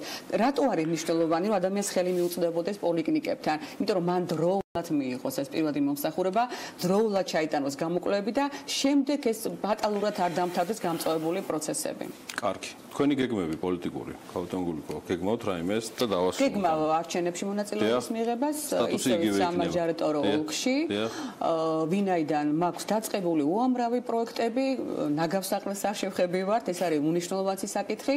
სწორედ ჩემი კომისიის და ჩემი პირად როგორც მაჟორიტარის ინიციატივით იყო 11 მილიონი ლარი გამოყოფილი ბიუჯეტში, 8 მილიონი პროექტს ახორციელებს დაგი, 1 წლის დაგვიანებით დაიწყო სხვათა შორის განხორციელება ამ პროექტის და საზოგადოების ჩემი ამორჩევლების მონიტორინგი არის გასაწევი და ვფიქრობთ, რომ ძალიან ხარისხენად არის მისაყვანი ეს პროცესი, 8 მილიონი პროექტი პატარა საქმე არის, იქ შეცდომის დაშვების უფლება არავის არ აქვს, გვინდა თანამედროვე გადამამუშავებელი საწარმოო და რაც ვარ ეკოლოგიურად სუფთა გარემოს, სადაც ადამიანები იცხოვრებენ ჯანსაღ ვითარებაში და ბედნიერად. კიდევ ერთი სიახლე რაც არის, რომ დამოუკიდებელი სტატუსით ქავტონგულიკო ზუმბაძე ჯერჯერობით ასემა გადაწყვეტილი. დანარჩენი 3 თვეში გაირკვევა. მის პროგნოზებს თბილისის მერობის კანდიდატებთან დაკავშირებით დავიტოვებ ამ შემდეგი 3 თბილი და ცხელი თვის განმავლობაში რა და როგორ იქნება. მადლობა ქავტონგულიკო ზუმბაძეს, თბილისის საკრებულოს წევრი დამოუკიდებელი დეპუტატი ვსტუმრობდა დილიდან საქმიანი დილაში. ჩვენ უნდა გავაგრძელოთ უკვე ეთერი და Forbes-ის შესახებ მარიამ ადამიანმა უნდა შემოგვიერთდეს მიმოხილვის სტრატეგიები, ტექნოლოგიები, მოსაზრებები და ანტრეპრენიორები ტრადიციული სიახლეებით და ექსკლუზივებით გამოცემა Forbes-ი მიმდინარე თვეში რიგით უკვე მესამე ნომერს აქვეყნებს Forbes Properties სახელის ქვეშ და ქვეყანაში თუ მსოფლიოში არსებულ უძრავ თუ მოძრავ ქონებას აჯამებს. ნომრის მიმოხილვით და დეტალებით უკვე მარიამი შემოგვიერთდა. მარიამ, დილა მშვიდობის რა ხდება ახალ ნომერში. ანა, საქართველოს ეკონომიკაში მშენებლობა ერთ-ერთი ყველაზე მზარდი და აქტიური სექტორია. 2015 წლის მონაცემებით ამ დარგში ბრუნვის მოცულობამ 5 მილიარდ ლარს გადააჭარბა, რაც სამჯერ აღემატება 2010 წლის მონაცემებს. ამავე მაჩვენებლით საშუალო ხელფასი 1551 ლარს შეადგენს, რაც 500 ლარით აღემატება საქართველოში არსებული ყოველთვიური ანაზღაურების მაჩვენებელს. ხოლო დასაქმებულთა რაოდენობა 2017 წლის პირველი კვარტლის მონაცემების თანახმად 58416 ადამიანი შეადგინა. ასეთია მშენებლობის დარგის ციფრებში, თუმცა ეს მხოლოდ მცირე ჩამონათვალია იმ დიდი ანალიზიდან, რომელსაც დეტალურად გამოცემა Forbes-ი ივლისისთვის რიგით მესამე Forbes Properties ნომერში აქვეყნებს, სადაც ასევე გარდა საქართველოს ბაზრისა გაიგებთ მსოფლიოს ყველაზე ძვირადღირებული სახლების შესახებაც. მე აქვე კეთყვით, რომ რეიტინგში პირველ ადგილს Booking-ის სასახლე ეკავებს, დანარჩენზე კი უკვე რიცხვებში ჩაშულად მომდევნო დღეებში ვისაუბრებთ საწუნებული ვარ. თუმცა მანამდე ისევ საქართველოსო დაუბრუნდეთ, მინდა რომ გამოვუ კიდევ ერთი რეიტინგი, რომელიც ტრანსპორტის თემატიკას ეძღვნება, მარიამ. და რომლის მიხედვითაც ირკვევა, რომ თბილისში ყველაზე უსაფრთხო და დაბალხარჯიან ტრანსპორტს მეტროპოლიტენი წარმოადგენს, რომელიც ეს ჩემი პირადი დამოკიდებულებაა და ჩემი ხმა მას, ვინც მაგარ მეტროს დაიწყებს, ეს ყველაზე ძვირი ინვესტიცია არის ინფრასტრუქტურაში, მაგრამ ნუ როგორც არის, ყოველ შემთხვევაში მეტროპოლიტენი წარმოადგენს და ამ თემაზე რა მოიქნება? აბსოლუტურად გეთანხმები გიორგი, ასევე საინტერესო ფაქტია ისიც, რომ ავტობუსიდან მეტროში გადასული თითოეული მგზავრი ქალაქის ბიუჯეტს 0.08 თეთრის დაზოგვის საშუალებას აძლევს. თუმცა უკანასკნელი 7 წლის განმავლობაში მეტროთი მოსარგებლე პირების რაოდენობის მუდმივი ზრდისა და მიწისქვეშა ტრანსპორტის უპირატესობების მიუხედავად დედაქალაქში მოთხოვნა მაინც მიწის ზედა სატრანსპორტო საშუალებებზეა. ასევე გამოცემაში შედარებულია მომხმარებელთა განწყობის ინდექსებით სქესის, ასაკისა და რეგიონების მიხედვით. ქავერსთორის მთავარი გმირიკის სუპერმარკეტების ქსელ ფრესკოს დამფუძნებელი ვასილ სოფრომაძია. ამბობს, რომ ნებისმიერი საქმე გამოსთვის, რასაც ხელს მოჰკიდებს, მაგრამ აქვს შედარებით ადვილი და რთული გამოწვევები. მისი საქმიანობების როგორც ნუსხა, ასევე არეალი ფართოა, თუმცა ინდუსტრია, რომელიც ფრესკოს საშუალებებით ყველაზე მასშტაბურადაა წარმოდგენილი საქართველოში, ურთულესად მიაჩნია. ამ საქმეშიც მის წარმატებას უნივერსალური ფორმულა განსაზღვრავს, რომელსაც თითოეულ ბიზნესს არგებს ხოლმე როგორც წესი ბიზნესმენი. ნაწილობრივ ახსენე, მაგრამ არ შემიძლია რომ პრინციპში არ გამოვეხმაო, რომ ამ ნომერზე ვსაუბრობთ. თბილისის საცხოვრებელი უძრავი ქონების ბაზრის მიმოხილვის თემას, რომელიც პრინციპში რიცხვებით ვინმე დეტალურად აინტერესებთ, სწორედ Forbes Properties ნომერში უნდა ნახოს, მაგრამ რა მდგომარეობაშია დედაქალაქი? ანა, რიცხვებში ჩაშლად რომ გითხრათ, 2016 წელს მიმდინარე დეველოპერული პროექტებიდან 178 საცხოვრებელი კორპუსი დასრულდა, რომლებიც ჯამში მოიცავდა 8590 ერთეულ ბინას, მათ შორის 90% უკვე გაყიდულია. დღესდღეობით 580 საცხოვრებელი პროექტი აქტიური დეველოპმენტის სტადიაში, რაც ჯამში 33575 საცხოვრებელ ბინასა და 3,47 მილიონ კვადრატულ მეტრ საცხოვრებელ ფართს მოიცავს. რაც შეეხება ფასებს, ახალაშენებული საცხოვრებელი ბინების გასაყიდი ფასი კვადრატულ მეტრზე 350 ამერიკული დოლარიდან $3500 მერყეობს. მოსახლეობს. კიდევ ერთი საკითხი, რომელზეც მინდა თქვენი ყურადღება შევაჩერო, ეს არის ბესონამჩავაძის სტატია თემაზე, თუ როგორ დავბეგროთ პროგრესულად. იმ დროს, როდესაც ადამიანთა ნაწილს მიაჩნია, რომ მაღალშემოსავლიანი პირები ვალდებულნი არიან მეტი შეიტანონ ქვეყნის ბიუჯეტში და ამ გზით თავისი შემოსავალი დაბალ შემოსავლიანებს გადაუნაწილონ, მეორე ნაწილი ამ დაბეგვრის სისტემას სოციალურ უსამართლობად აღიქვამენ. მაშინ დაბეგრის რომელი სისტემა იქნება ხელსაყრელი ქვეყნის ეკონომიკური განვითარებისთვის. ამ და სხვა კითხვებზე პასუხი Forbes Property-ის ახალ გამოცემაში შეგვიძლიათ ვნახოთ, რომელზეც უფრო დეტალურად შემდეგ დღეებში ვისაუბრებთ.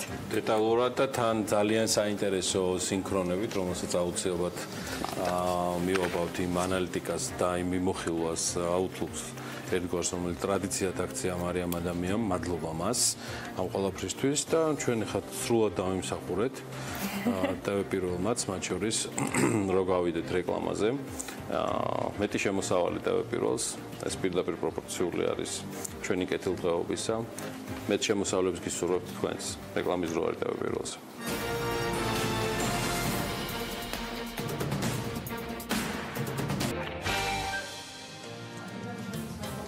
საქმიანი დილა ბრუნდება პირდაპირ ეთერში.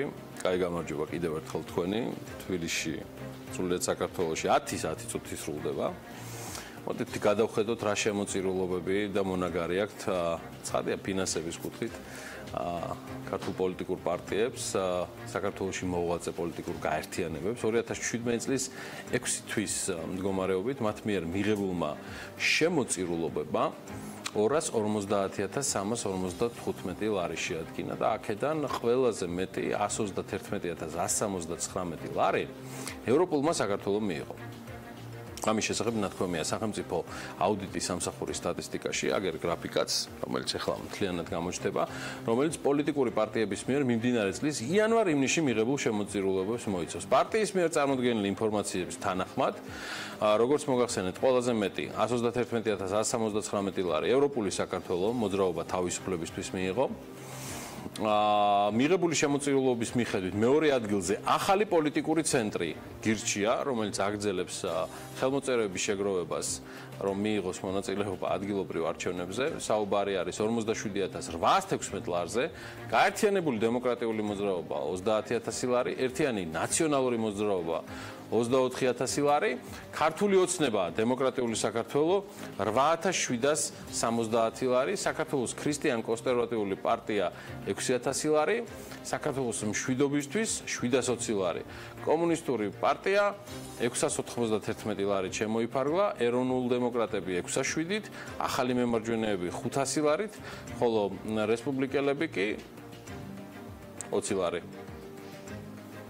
ასეა, ჩვენ რა თქმა უნდა ბიზნესური თვალსაზრისით შედარებით ამ ამბავს ჩავშლით უახლოეს მომავალში.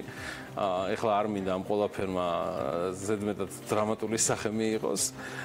გაცილებით მნიშვნელოვანი ინფორმაციები აქვს გამზადებული ანალაპიაშვილს, რომელიც იმედია ფორმაშია საიმისოთ, რომ სოკარ ჯორჯია გაზის და საქორგაზის აბონენტებთან დაკავშირებით ისაუბროს ყდება სახით და ტარიფებთან დაკავშირებით და თუ ამაში ცხადია დავით ქართველიშვილის და ეკაბაშარულის განწყობას რომელთა ხით-ხითი აი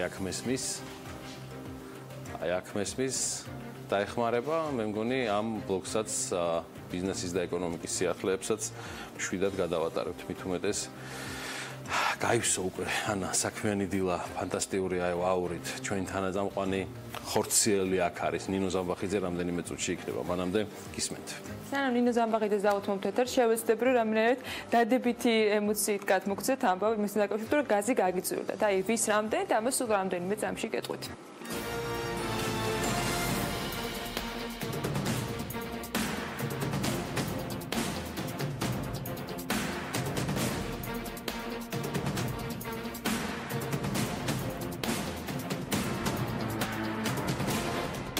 სოკარ ჯორჯია გაზის და საქორგაზის აბონენტებს ბუნებრივი გაზის ახალი სამომხმარებლო ტარიფები დაუდგინდათ. ცემეკის გადაწყვეტილებით სოკარ ჯორჯია გაზის მომხმარებლები 1 კუბურ მეტრ ბუნებრივ გაზში დღეგეს ჩათვლით 56.94 თეთრს გადაიხდიან.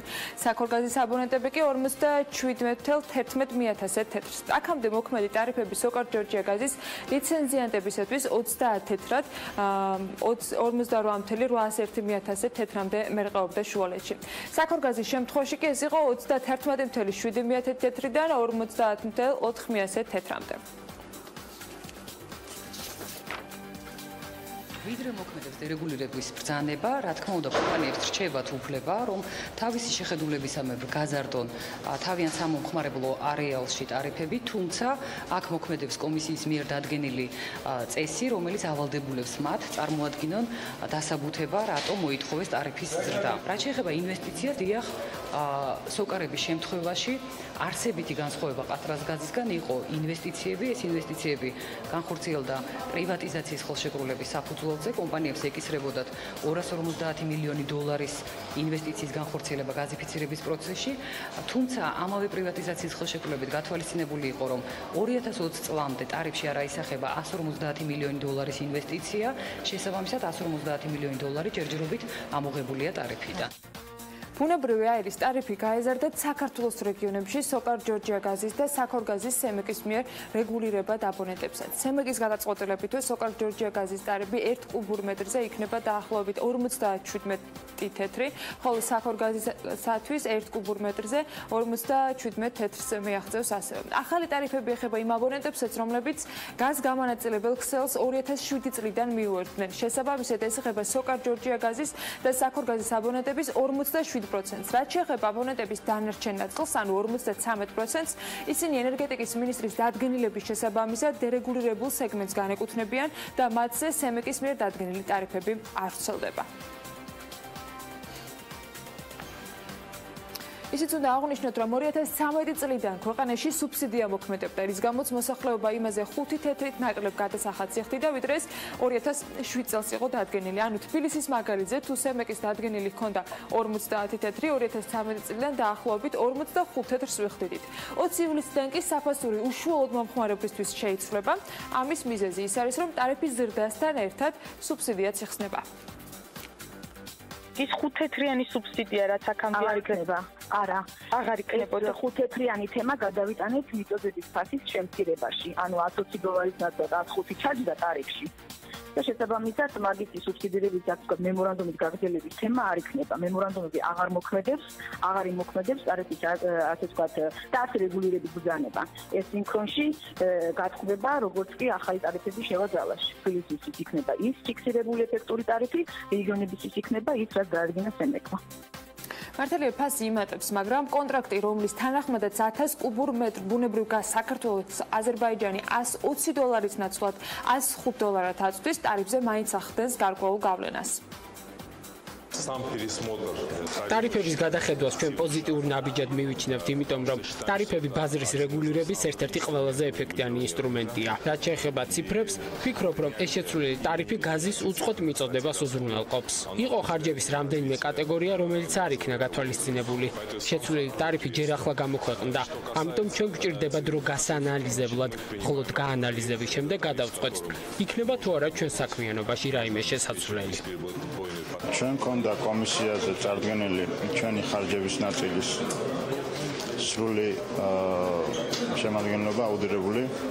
შესაბამისად კომისიამ გაითვალისწინა ნაწილი არ გაითვალისწინა. ისეთი ხარჯები, როგორიც არის მაგალითად საფრთხის გადასახადი, ბანკების მომსახურების ნაწილში. ეს არ იქნა გათვალისწინებული. ჩვენ გადავით ჩვენ ფინანსურ გეგმებს, როგორც იცით, ტარიფი დადგენილია 2018 წლის ბოლომდე და ჩვენ გვაქვს ასე ვთქვათ იმის უფლება, რომ თუ არ დავეთანხმებით, განმეორებით შევიტანოთ დასაბუთებული წინადადებით. უკრაინას საქართველოს ბიზნეს ფორუმზე კი, რომელიც გუშინ გაიმართა, საქართველოს პრემიერმა და უკრაინის პრეზიდენტმა ორ ქვეყანას შორის ურთიერთ თანამშრომლობის ეკონომიკური პოტენციალის გაზრდაზე გაამახვილეს ყურადღება. გიორგი კვირიკაშვილის განმარტებით, ის უკრაინა-საქართველოს შორის საინვესტიციო ნაკადების ზრდის კუთხით საკმაოდ დიდ პოტენციალს ხედავს. უკრაინის პრეზიდენტი კი თავის მხრივ აღნიშნავს, რომ სავაჭრო ბრუნვა ორ ქვეყანას შორის ჯერ კიდევ არადამაკმაყოფილებელია. უკრაინა საქართველოს მნიშვნელოვანი სავაჭრო ეკონომიკური პარტნიორია. ის რჩება საქართველოს სავაჭრო პარტნიორების ხუთეულში. ორივე ქვეყანას გააჩნია ასოცირების ხელშეკრულება და თავისუფალი სავაჭრო რეჟიმი ევროკავშირთან. ორივე ქვეყანა მონაწილეობს გლობალური მნიშვნელობის რეგიონალურ სატრანზიტო სატრანსპორტო პროექტებში.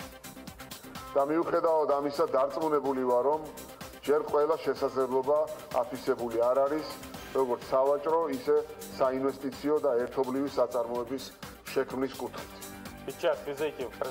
უკრაინას საქართველოს შორის ნებისმიერი სახის ურთიერთობები საკმაოდ საინტერესო და მნიშვნელოვანია.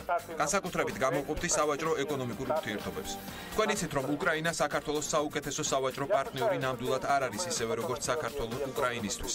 იმ ქართული კომპანიების რიცხვი, რომლებიც უკრაინაში ეწევიან საქმიანობას, ძალიან მცირეა და ცხადია არა დამაკმაყოფილებელია ჩვენი გამორჩეული ურთიერთობების ფონზე. ამავდროულად სასიხარულოა, რომ უკრაინული კომპანიები უფრო დიდი რაოდენობით არის წარმოდგენილი საქართველოში. ჩვენ ყველაფერი უნდა ვქნათ ორივე მხარემ იმისთვის, რომ გარდა პოლიტიკური ხარისა, ურთიერთობები გავაუმჯობესოთ და დავასტაბილუროთ ეკონომიკური თვალსაზრისითაც. უკრაინის პრეზიდენტის ვიზიტი საქართველოში დასრულებულია, სამაგიეროდ საქმე ინდილა გრძელდება და გაგრძელდება უკვე შოთასთან ერთად, რომელიც საერთაშორისო საავტო მიმოხილვას გაგვაცნობს.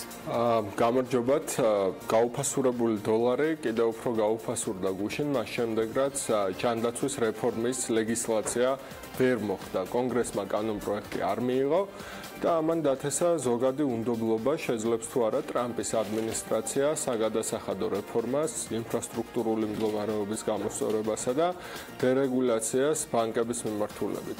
შედეგად დოლარის შეწონილი ღირებულება სხვა ვალუტების მიმართ იმაზე დაბლა, ვიდრე 10 თვის განმავლობაში ოდესმე ყოფილა და შიდა პოლიტიკითაც არ სრულდება საქმე, ევროსთვის და იენისთვის მაგალითად არსებობს პერსპექტივა, რომ როგორც ევროპის ისე იაპონიის ცენტრალური ბანკი საპროცენტო განაკვეთს აწევს წლის განმავლობაში, რითიც კიდევ გააძვირებს ამ ვალუტებს და ბუნებრივია გაძვირება იქნება დოლარის მიმართაც. ამიტომ ბოლო 5 თვის განმავლობაში დოლარის ვარდნას, როგორც ჩანს, გაგრძელება ექნება. მოკლედ, უფრო პატარა ხარისხით, თუმცა ამერიკასაც იგივე პრობლემები აქვს, რაც ჩვენ.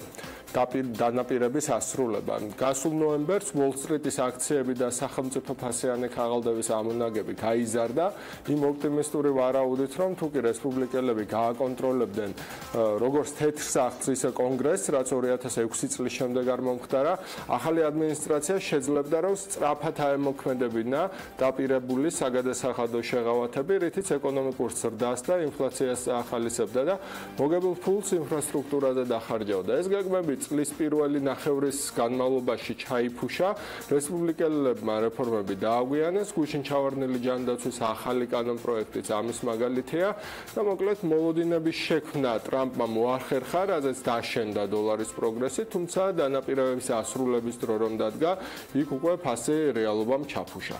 შედეგი კი ის არის, რომ დოლარის ინდექსი წელს დაახლოებით 7.9%-ით დაეცა, ამხელა ვარდნა უდიდესია 2002 წლის შემდეგ. სხვა ინდიკატორებიც სულ დღეშია, რასაც ერთვის ევროპის საუკეთესო მაჩვენებლები უკანასკნელ 7 წლებში, რომელსაც ივნისში მიაღწია. ევროპისა და იაპონიის ცენტრალური ბანკებით იქცევა ინგლისის მთავარი ბანკიც, აქაც განცხადებები, რომ მიუხედავად ეკონომიკური ზრდის შენელებისა, რომელიც ბრეგზიტს მოყვა, მონეტარული პოლიტიკა უნდა გამკაცრდეს. ასე ფიქრობენ ინგლისის Bank of England-ის მესვეურები. შედეგად ბრიტანული გირვანქა სტერლინგიც 10 თვის განმავლობაში უმაღლეს მაჩვენებელს აღწევს დოლარის მიმართ. დღეს უშუალოდ ევროს ფასი დოლარსა და 15.9 ცენტს აჭარბებს. გირვანქა სტერლინგი გუშინდელზე ოდნავ იაფი, დოლარი და 30.9 ცენტის ღირს. ფასის ზრდა შეაფერხა ინფლაციის მაჩვენებელმა, რომელიც მოულოდნელად დაეცა ეკონომისტები კი მის უცვლელობას ვარაუდობდნენ. თუმცა გაძვერდა იაპონური იენი, 1 დოლარი 112 იენი ღირს. რაც შეეხება კრიპტოვალუტებს, ბიტკოინის და ეთერიუმის გაიაფებამ გააღვიძა მოთხოვნა ამ კრიპტოვალუტების მიმართ, გაზრდილმა მოთხოვნამ კი გაზარდა ფასიც. იმედია მოახერხეთ უიაფესად ყიდვა, ვინც აპირებდით, ჩემი რჩევიდან გამომდინარე 2 დღის წინ. მოკლედ დღეს 1 ბიტკოინის ფასი თითქმის 200 დოლარით მეტია ვიდრე გუშინ და 500 დოლარით მეტი ვიდრე გუშინ წინ. 1 ბიტკოინი 2328 დოლარი ღირს უკვე. ეთერიუმიც აგრძელებს მოჯანსაღებას და მისი ფასი 207 დოლარს გადასცა, თუმცა ბიტკოინის ორად გახლეჩვის ეჭვები თუ გამართლდა, ეთერიუმის ფასი კიდევ უფრო აიწევს. ვალუტებთან დაკავშირებით კიდევ არაერთ საინტერესო სიახლის შემოგთავაზეთ მიმდინარე კვირის განმავლობაში და ფასაც აუცილებლად მივადევნებთ თვალსაჩინო არწმუნებული უკვე ძალიან ბევრი ადამიანისთვის საინტერესო თემა გახდა ეს ამას სოციალურ ქსელებში თქვენი აქტიურობაც მოწმობს ამ თემასთან დაკავშირებით მოწერილი კითხვებიდან გამომდინარე. ჩვენ ახლა რეკლამის დრო გვაქვს და სულ რამდენიმე წუთში უკვე ნინო ზამბახიძის რუბრიკით დავბრუნდებით საქმიანი დილის ეთერში პირდაპირ.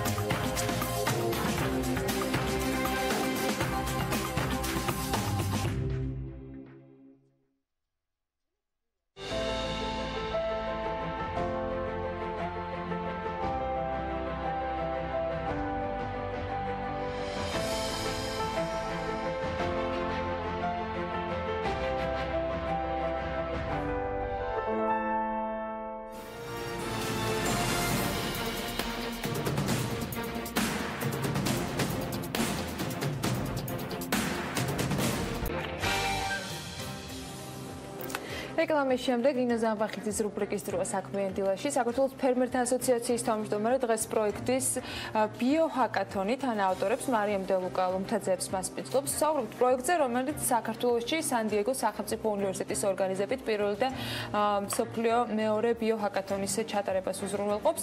ჰაკათონის მთავარი თემა სინთეზური ბიოლოგია იყო და მონაწილეობდნენ ისეთი უნივერსიტეტების სტუდენტები, როგორებიც არის ჰარვარდი, MIT, ოქსფორდი და ასე შემდეგ. რა შუაში ამ ყველაფერთან საქართველოს ამას უკვე ნინო და მისი სტუმრები უფრო დეტალურად გაგვაცნობენ. ნინო, დილა მშვიდობის, მივესალმები შენ სტუმრებს. მოგესალმები, ანა, მივესალმები ჩვენს მაყურებელს. სანამ სტუმრებთან გადავიდოდე, მინდა გამოვეხმაურო იმ ფაქტს, რომელიც სოციალურ ქსელში გავრცელდა ახალგაზრდამ, რომელმაც ატამი გადაყარა და შემდეგ უკვე ატმის ბაღიც კი გაჩეხეს. ფიქრობ, რომ ეს არ იყო სწორი საქციელი, თუმცა ამის გამომწვევი მიზეზიც ბევრი არსებობდა. ჩემი ინფორმაციით, მეწარმეებმა, რომლებმაც ატამი შეიძინეს და რუსეთში გაიტანეს, რუსეთის საბაჟოზე მოხდა ამ ატმის მანქანების დაკავება. გარკვეული პერიოდი მათ ვერ შეძლეს საზღვრის გადალახვა, სხვადასხვა ტექნიკური პრობლემების ობიექტური თუ სუბიექტური მიზეზების გამო და შესაბამისად შემდეგ გადაწყვიტეს, რომ საქართველოში ატამი აღარ ეყრიდათ ქართულ მეწარმეებს და რუსეთის ბაზარზე აღარ გაეტანათ, რამაც სერიოზული პრობლემა გამოიწვია და ატამი და ვაშლატამა ძალიან მრავლად დარჩა კახეთის რეგიონში. ამაზე ჩვენ შემდეგ ოთხშაბათს უფრო დეტალურად ვისაუბრებთ. რაც ერთი უნდა ვთქვა და ცალსახად ხაზი უნდა გაუსვათ არის ის, რომ რუსეთი ჩვენი ესე ვთქვათ სანდო პარტნიორი ვერასდროს ვერ იქნება და მიუხედავად ძალიან ბევრი გამოწვევისა ჩვენ მაინც უნდა ვიზრუნოთ დივერსიფიცირებულ ბაზარზე, რომელსაც ჩვენთვის ევროკავშირის ბაზარი ქვია. ეხლა დაუბრუნდები ჩემს სტუმრებს და ძალიან დიდი სიამაყით უნდა ვთქვათ, რომ ბიოჰაკათონი მსოფლიოში მეორე ჰაკათონი იყო, პირველი გაიმართა კემბრიჯში, ხოლო მეორე საქართველოში, რაც თავისთავად გულისხმობდა იმას, რომ ვინც დაინტერესებული იყო კომპიუტერული მეცნიერებით, შეეძლო software და hardware პროგრამები გაეკეთებინა.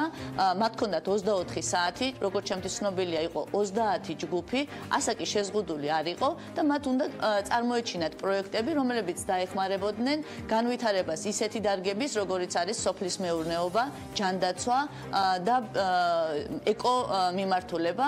ჩემთან არის ორი ძალიან კარგი ახალგაზრდა. მარიამი გახლავთ მე-12 კლასის მოსწავლე ქუთაისის ფიზიკა-მათემატიკური უნივერსიტეტი სკოლის უკაცრავად, ხოლო ლუკა თვითონ გახლავთ მესამე კურსის სტუდენტი სან-დიეგოსი, ისინი არიან და-ძმა, რომლებმაც მეორე ადგილი დაიკავეს ბიოჰაკათონში. შეკითხვით მათთან გადავალ, მოგესალმებით, ჩემთვის ძალიან საამაყოა თქვენაირი ადამიანები და განსაკუთრებით ჩემს ეთერში, იმიტომ რომ სოფლის მეურნეობა ჩემთვის პრიორიტეტულია და განსაკუთრებით თანამედროვე ტექნოლოგიების დანერგვა. ლუკა, პირველი შეკითხვა შენთან მაქვს, რამდენად დიდი პასუხისმგებლობა იყო და რამდენად დიდ სირთულეს წარმოადგენდა, რომ საქართველოსთვის პირველი, მსოფლიოსთვის მეორე ბიოჰაკათონი გამართული იყო და შემდეგ უკვე შენ მიგეღო შენს დასთან ერთად მონაწილეობა. პირველ რიგში მადლობა მინდა გითხრათ სტუდიაში მოწვევისთვის. ნამდვილად საინტერესო პროექტი იყო, რადგანაც ჩვეულებრივ ჰაკათონთან შედარებით ძალიან ბევრი ადამიანი მოგროვდა, როგორც მონაწილე, ბევრი გუნდის მონაწილეობდა და აი ამ ორი სფეროს გაერთიანება, რომელიც არის ბიოლოგია და კომპიუტერული მეცნიერება, შედეგი ნამდვილად გამოიღოთვლი. ეს ის ორი სფერო, რომელიც STEM დარგში ყველაზე წამყვანი სფეროები არის და ვთვლი, რომ იმ პასუხისმგებლობა რაც ჩვენ ავიღეთ ჩვენი გუნდის შექმნით და ჩვენი პროექტის შექმნით ძალიან დიდი გამოცდილება მოგცა და ძალიან საინტერესო იყო თვითონ ამ პროექტში ჩვენ მონაწილეობა. გუნდში რამდენი იყავით ორნი? მე და ჩემი და. ანუ ესე შეიძლება რომ თქვა და-ძმა ყოფილიყო, ასაკი შეზღუდული არ იყო და იცი ამ აინტერესებს კიდე სანამ მარიამთან გადავალ შეკითხვით. იქაც მეც ვიყავი გახსნაზე, ძალიან ბევრი ადამიანი საუბრობდა იგივე სოფლის მეურნეობაზე და თქვა სოფლის მეურნეობის მობილური აპლიკაციის ჩამოყალიბებაზე. მაინტერესებს, აი თვითონ ეს კონკურენცია როგორი იყო და თქვენ ვიცი რომ 24 საათი ერთ სივრცეში უნდა ყოფილიყავით და აი როგორი იყო საერთოდ ეს განწყობა, რომ სხვაებით შემდეგ რომ გაიმართება ჰაკათონი, უთხრათ რა არის რეალურად. ზოგადად, როდესაც შეზღუდული რესურსები გაქვს, ადამიანის გონება უფრო კრიტიკულად აზროვნებს და დიდი ალბათობა იმისა, რომ უფრო კარგ შედეგს ადებს ადამიანი. ვთვლი რომ ჰაკათონები ერთ-ერთი ესეთი ტიპის პროექტია და ძალიან სასიხარულო იყო ჩვენთვის, რომ აი მართლაც მოგვივიდა ესეთი კარგი იდეა, რაც გავაკეთეთ შემდგომში ამ ჰაკათონზე და ნამდვილად ყველა ადამიანს ურჩევ, რომ ყველა ესეთ ჰაკათონში მიიღოს მონაწილეობა. მარიამ, ძალიან მაგარია ერთი რამ, რომ სტერეოტიპსაც ანგრევდა, ძირითადად ვამბობდით, რომ თანამედროვე ტექნოლოგიაში და IT სექტორში არიან სულ ბიჭები, ეხლა უკვე ძალიან ბევრი გოგო არის და შენ ნათელი მაგალითი ხარ ამის. რატომ ფარმაპი, ხო უნდა აღვნიშნოთ, რომ თქვენს მობილურ აპლიკაციას ჰქვია ფარმაპი, რატო ფერმერული მეურნეობებისთვის შექმნილი მობილური აპლიკაცია და რატომ ფარმაპი? ჩვენ გვინდოდა რომ ამ აპლიკაციით ფერმერებისთვის სამუშაო გაგვეადვილებინა, გულისხმობ ფერმის მართვას. და ამიტომ შევქმნით ეს აპლიკაცია. ვიფიქრეთ, რა პრობლემებს შეიძლება გადააწყდნენ ფერმერები და აურჩიეთ სამი ძირითადი პრობლემა, ეს არის კომუნიკაციის ნაკლებობა, არასაკმარისი მონაცემთა ანალიზი და დროის არასწორად განაწილება. ჩვენი აპლიკაციას სწორედ სამი ძირითადი ფუნქცია აქვს, რომელიც ამ პრობლემებს ჭრის. პირველი არის ჩატი, რომელთაც ფერმერი უკავშირდება მის თანამშრომლებს და შეუძლია ნებისმიერი დავალება მიწეროს. მეორე არის მარაგის კონტროლი, რომელთაც აკონტროლებს მარაგს და ფერმერს შეუძლია ნებისმიერ დროს გაიგოს მისი რა აპარატურა ვისთან არის, რა დროს და ასევე მოგეხსენებათ არსებობს ამოწურვადი რესურსები და როდესაც ეს ამოწურვადი რესურსების რაოდენობა რაღაც ზღვარს ჩამოწდება, ფერმერს მოდის notification-ი და აფრთხილებს რომ მარაგი გითავდება. და მესამე არის მონაცემთა ანალიზი, რომლის საშუალებითაც ფერმერს შეუძლია გაიგოს რა პროდუქტს, რა ფასი ქონდა წელიწადის რაღაც გარკვეულ დროს. მაშინ შენ მეკითხავ დეტალურად ამისი ადამიანური რესურსი, ანუ მართვა როგორ უნდა მოხდეს, იმიტომ რომ თუნდაც იგივე ეს ანალიზი, ხო, რა ფასი ქონდა, ეს ფერმერს შეყავს თვითონ, თუ თქვენ უნდა მოიძიოთ ეს სტატისტიკური ინფორმაცია, რომელსაც შემდეგ უკვე ადაპტირებას გაუკეთებთ თქვენ პროგრამაში. ჩვენ უნდა მოიძიოთ, თუმცა როდესაც ფერმერი რაღაც პროდუქტს გაყიდის, მასვე შეუძლია შეიყვანოს ეს მონაცემები და დაემატება თვითონ ბაზაში. ძალიან კარგი. ლუკა, უნდა გადმოვიდე შენთან შეკითხვით. პირველი რა ძალიან მაინტერესებს არის ის როგორ ხედავ შენ ამ მობილური აპლიკაციის განვითარებას. უნდა აღვნიშნო და მაყურებელს უნდა უთხრათ რომ ჯერ სატესტო რეჟიმშია, გაქვთ Android-ზე, მე გეგმავთ iOS, თუმცა ძალიან ბევრი რამ არის დასახვეწი, იმიტომ რომ ეს არის ინოვაცია და ეს ფერმერებმა უნდა აიტაცონ, ხო? როგორ ფიქრობთ აი ამის განვითარებას, რა უნდა გააკეთო ამისთვის? პირველ რიგში აუცილებელი არის რომ მოვიძიოთ ინვესტიცია იმისთვის, რომ უფრო დავხვეწოთ ეს პროდუქტი. ის რაც ჩვენ შევქმნით, ეს იყო 24 საათში შექმნილი პროტოტიპი, რომელსაც თუნდაც ელემენტარული დიზაინის მხრივ ბევრი რამე აკლია. ჩვენ შევქმნით, მოხარული ვარ, რომ შევქმნით ფუნქციონალი, ჩვენ ცოდნით ეგ მოახერხეთ და ამ ეტაპზე მთავარი ფუნქციონალის ძალიან დიდი ნაწილი მუშაობს გამართულად. თუმცა გჭირდება ბევრი დრო და შესაბამისად რესურსები, რომ კიდევ დავიმატოთ ხალხი ჩვენ გუნდში და შესაბამისად დავხვეწოთ ის პროტოტიპი, რაც შევქმნით და მივიყვანოთ რეალური პროდუქტის სახით. კიდევ უფრო უნდა ჩაგიკითხო. იყო თუ არა გამომწვევი მიზეზი ის, რომ თქვენ ცხოვრობთ ქუთაისში, ქუთაისიდან ხართ, იმიტომ რომ ჩემთვის ძალიან საამაყო რეგიონია. და იყო თუ არა ეს ერთ-ერთი მოტივატორი, რომ მე დარწმუნებული ვარ ბავშვობას ატარებთ მეგობრებთან სოფელში, იცით იმ გამოწვევების შესახებ, რაც რეალურად დღეს დარგს უდგას, იყო თუ არა ეს ერთ-ერთი მოტივატორი, რომ თქვენ ზუსტად ეს ფარმაპი გაგეკეთებინათ, იმიტომ რომ თქვენ შეგეძლოთ და დარწმუნებული ვარ, რომ დღესაც ძალიან ბევრი იდეა გაქვთ, რომელსაც უფრო მარტივად გაყიდით, იგივე NASDAQ-ზე დაიწყებთ, თქვათ, რაღაცა თქვენი პროდუქტის გატანას, ან ნახავთ ბიზნეს ანგელოზებს, რომლებსაც თქვათ, თქვენ პროდუქტ შეთავაზებთ. აი რატომ გადაწყვეტეთ, რომ ეს ყოფილიყო, თქვათ, ფერმერული და არ ყოფილიყო იგივე ჯანდაცვის კუთხი და არ ყოფილიყო უფრო ბიომიმართულებით, რაც თქვათ, დღეს ძალიან მოთხოვნადი არის, ხო? საქართველოში ფერმერობა ეხლა, ესე ვთქვათ, განვითარდა და ეხლა და აიდგა ფეხი ბიზნეს მიმართულებით. აი რატომ სოფლის მეურნეობა? რა იყო თქვენი, ესე ვთქვათ, ინსპირაცია ამ კუთხით? ნუ ერთ-ერთი ინსპირაცია, რა თქმა უნდა, ის იყო, რომ ხედავდით ჩვენ ქვეყანაში რამდენად რამხელა პერსპექტივა აქვს თვითონ ამ სფეროს განვითარებას და თვითონ პატარა ასაკიდან ბევრი ჩვენი ნაცავი ფერმერი არის და როდესაც მათთან მივდიოდით, ანუ ხშირად გვიწევდა ისეთ თემებზე შეხება, რაც ანუ ხედავდით როგორ მუშაობდა ფერმა და შესაბამისად დავინახეთ ის პრობლემები, რაც შეიძლება რაც მათ ხვდებოდათ და რაც რეალურად შეიძლებოდა პროგრამულად გადაწყვეტილიყო და ამის გამო გადავწყვეტეთ შეგვექმნა ისეთი სისტემა, რომელიც მათ მენეჯმენტში ეხმარებოდა და შესაბამისად მთელი მენეჯმენტის პროცესი შევეცადეთ, რომ გადაგვეტანა ტექნოლოგიებზე და ელექტრულად ავტომატური სისტემებით გადაგვეწყვეტა ის პრობლემები, რაც რეალურ ცხოვრებებში ქართულ ფერმერებს აქვს. მარიამ, შენ უნდა გაგისვა ესეთი შეკითხვა. რას ფიქრობ? ფიქრობ თუ არა, რომ აი ამ ძალიან ჩაერთვები იგივე აი ამ აგრომიმართულებით და უფრო მეტ ახალ ინოვაციურ პროდუქტს შეთავაზებ მომხმარებელს, იმიტომ რომ აქვე უნდა აღვნიშნო ერთი რამ, უკვე არსებობს ესეთი აპლიკაცია ტრაქტორი, რომელიც ძალიან ეხმარება ფერმერებს, ცოტა ხანში ჩვენს პროდუქტს ფერმერთა ასოციაცია ახალ აპლიკაციას გამოუშვებთ, რომელსაც ახლა ჯერჯერობით დავიტოვებ, რომ შემდეგ უკვე თვითონ აპლიკაცია წარვადგინო ექსკლუზიურად და ეს არის თქვენი მესამე, იმიტომ რომ მე მეტი აპლიკაცია საქართველოს არც გამიგია. მინდა გკითხო ესეთი რამ, ფიქრობ თუ არა ზუსტად აი სოფლის მეურნეობის კუთხით გააგრძელებ იგივე ამ აპლიკაციაზე მუშაობას, იმიტომ რომ ჩემთვის ეს დარგი ნამდვილად საჭიროებს თანამედროვე ტექნოლოგიას და რაც უფრო გამარტივდება ფერმერისთვის ცხოვრება, მით უფრო წინ წავა ფერმერული მეურნეობის საქმე. აი ესეთი შეკითხვა მაქვს შენთან. რეალურად ფიქრობ თუ არა და ფიქრობ თუ არა უფრო მეტი ინოვაცია შემატო? ლუკა, ვიცი რომ ამერიკაში მიდის, იქ უნდა გააგრძელოს სწავლა. შენ ჯერ კიდევ დიდი დრო გაქვს სანამ წახვალ და იმედია რომ მოასწრებ ფერმერულ აპლიკაციების დახვეწას და შემდეგ წახვალ. აი იქნებ მითხრა რას ფიქრობ ამ კუთხით. ჩემთვის პირადად ძალიან საინტერესო აღმოჩნდა ამ სფეროში მუშაობა და ვთვლი რომ ნამდვილად ჭირდება განვითარება, ამიტომაც მაქსიმალურად ვეცდებ რომ ჩემი შესაძლებლობები გამოვიყენო და შევქმნა კიდევ მრავალი საინტერესო აპლიკაცია. და ლუკა, ბოლოს შენ დაგისვა შეკითხვას ძალიან წარმატებული იყო ეს ჰაკათონი და ფიქრობ თუ არა რომ იგივე შენ ჩაუდგე სათავეში ეს ჰაკათონებს და უფრო მეტი ახალგაზრდა, იმიტომ რომ მოიწვევ, იმიტომ რომ მიუხედავად ჩვენთან ძალიან ბევრი ესეთი თუ ისეთი მარშისა, თქვენ ხართ საქართველოს მომავალი, მე იქ იმდენი ბავშვი ვნახე და იმდენი ახალგაზრდა ვნახე, რომელსაც რეალურად უნდა თავის წვლილი შეიტანოს თანამედროვე ტექნოლოგიაში და იგივე ჩვენაირი ფერმერული მეურნეობები იქნება, იგივე თუ ჯანდაცვა იქნება, თუ იგივე ბიომიმართულება იქნება, გადაარჩინონ, რომ სწორედ თქვენში ვხედავ გამოსავალს და ძალიან იშვიათია მე მახსოვს იყო ერთი ჰაკათონი, რომელიც ჯიტაში გაიმართა და იქ გამარჯვებულები გამოავლინეს და ჩვენ დავაჯილდოვეთ, სოფლის მეურნეობის მიმართულებით იყო ბევრი. ეს იყო მეორე ჰაკათონი. ფიქრობ თუ არა შენ თვითონ უნდა ჩაუდგე მსგავს ასე ვთქვათ ინიციატივას სათავეში, იმიტომ რომ გეთანხმებით, იმიტომ რომ ნამდვილად ხედავ რომ ამ სფეროს პირადად მე მაგალითად 10 კლასიდან დავიწყე, ეს იყო ჩემი მერვე ჰაკათონი და 8 ჰაკათონიდან 7 მოვიგე. 10 კლასიდან დაწყებული სწორედ ესეთ კრიტიკულ მომენტებში მიწევდა ესეთი რაღაცების სწავლა, რაც მანამდე არ მისწავლია და ვთვლი რომ ადამიანის განვითარებისთვის აუცილებელია ესეთი მომენტების შექმნა, რომ რაღაც კრიტიკულ დროში შეზღუდული რესურსებით შექმნას რაიმე სისტემა და ვთვლი რომ ეს ანვითარებს მის გონებას, კრიტიკულ აზროვნებას და ზენს გარდა კარგი მეგობრებისა, გამოცდილი კოლეგებისა, რომელიც მას შეიძლება მომდენო პროექტებში დაეხმაროს, გარდა ამისა, დიდ გამოცდილებასაც აძლევს, რომელიც რეალურად ცხოვრებაში და ბიზნესში და საქმის კეთებაში ნამდვილად დაეხმარება.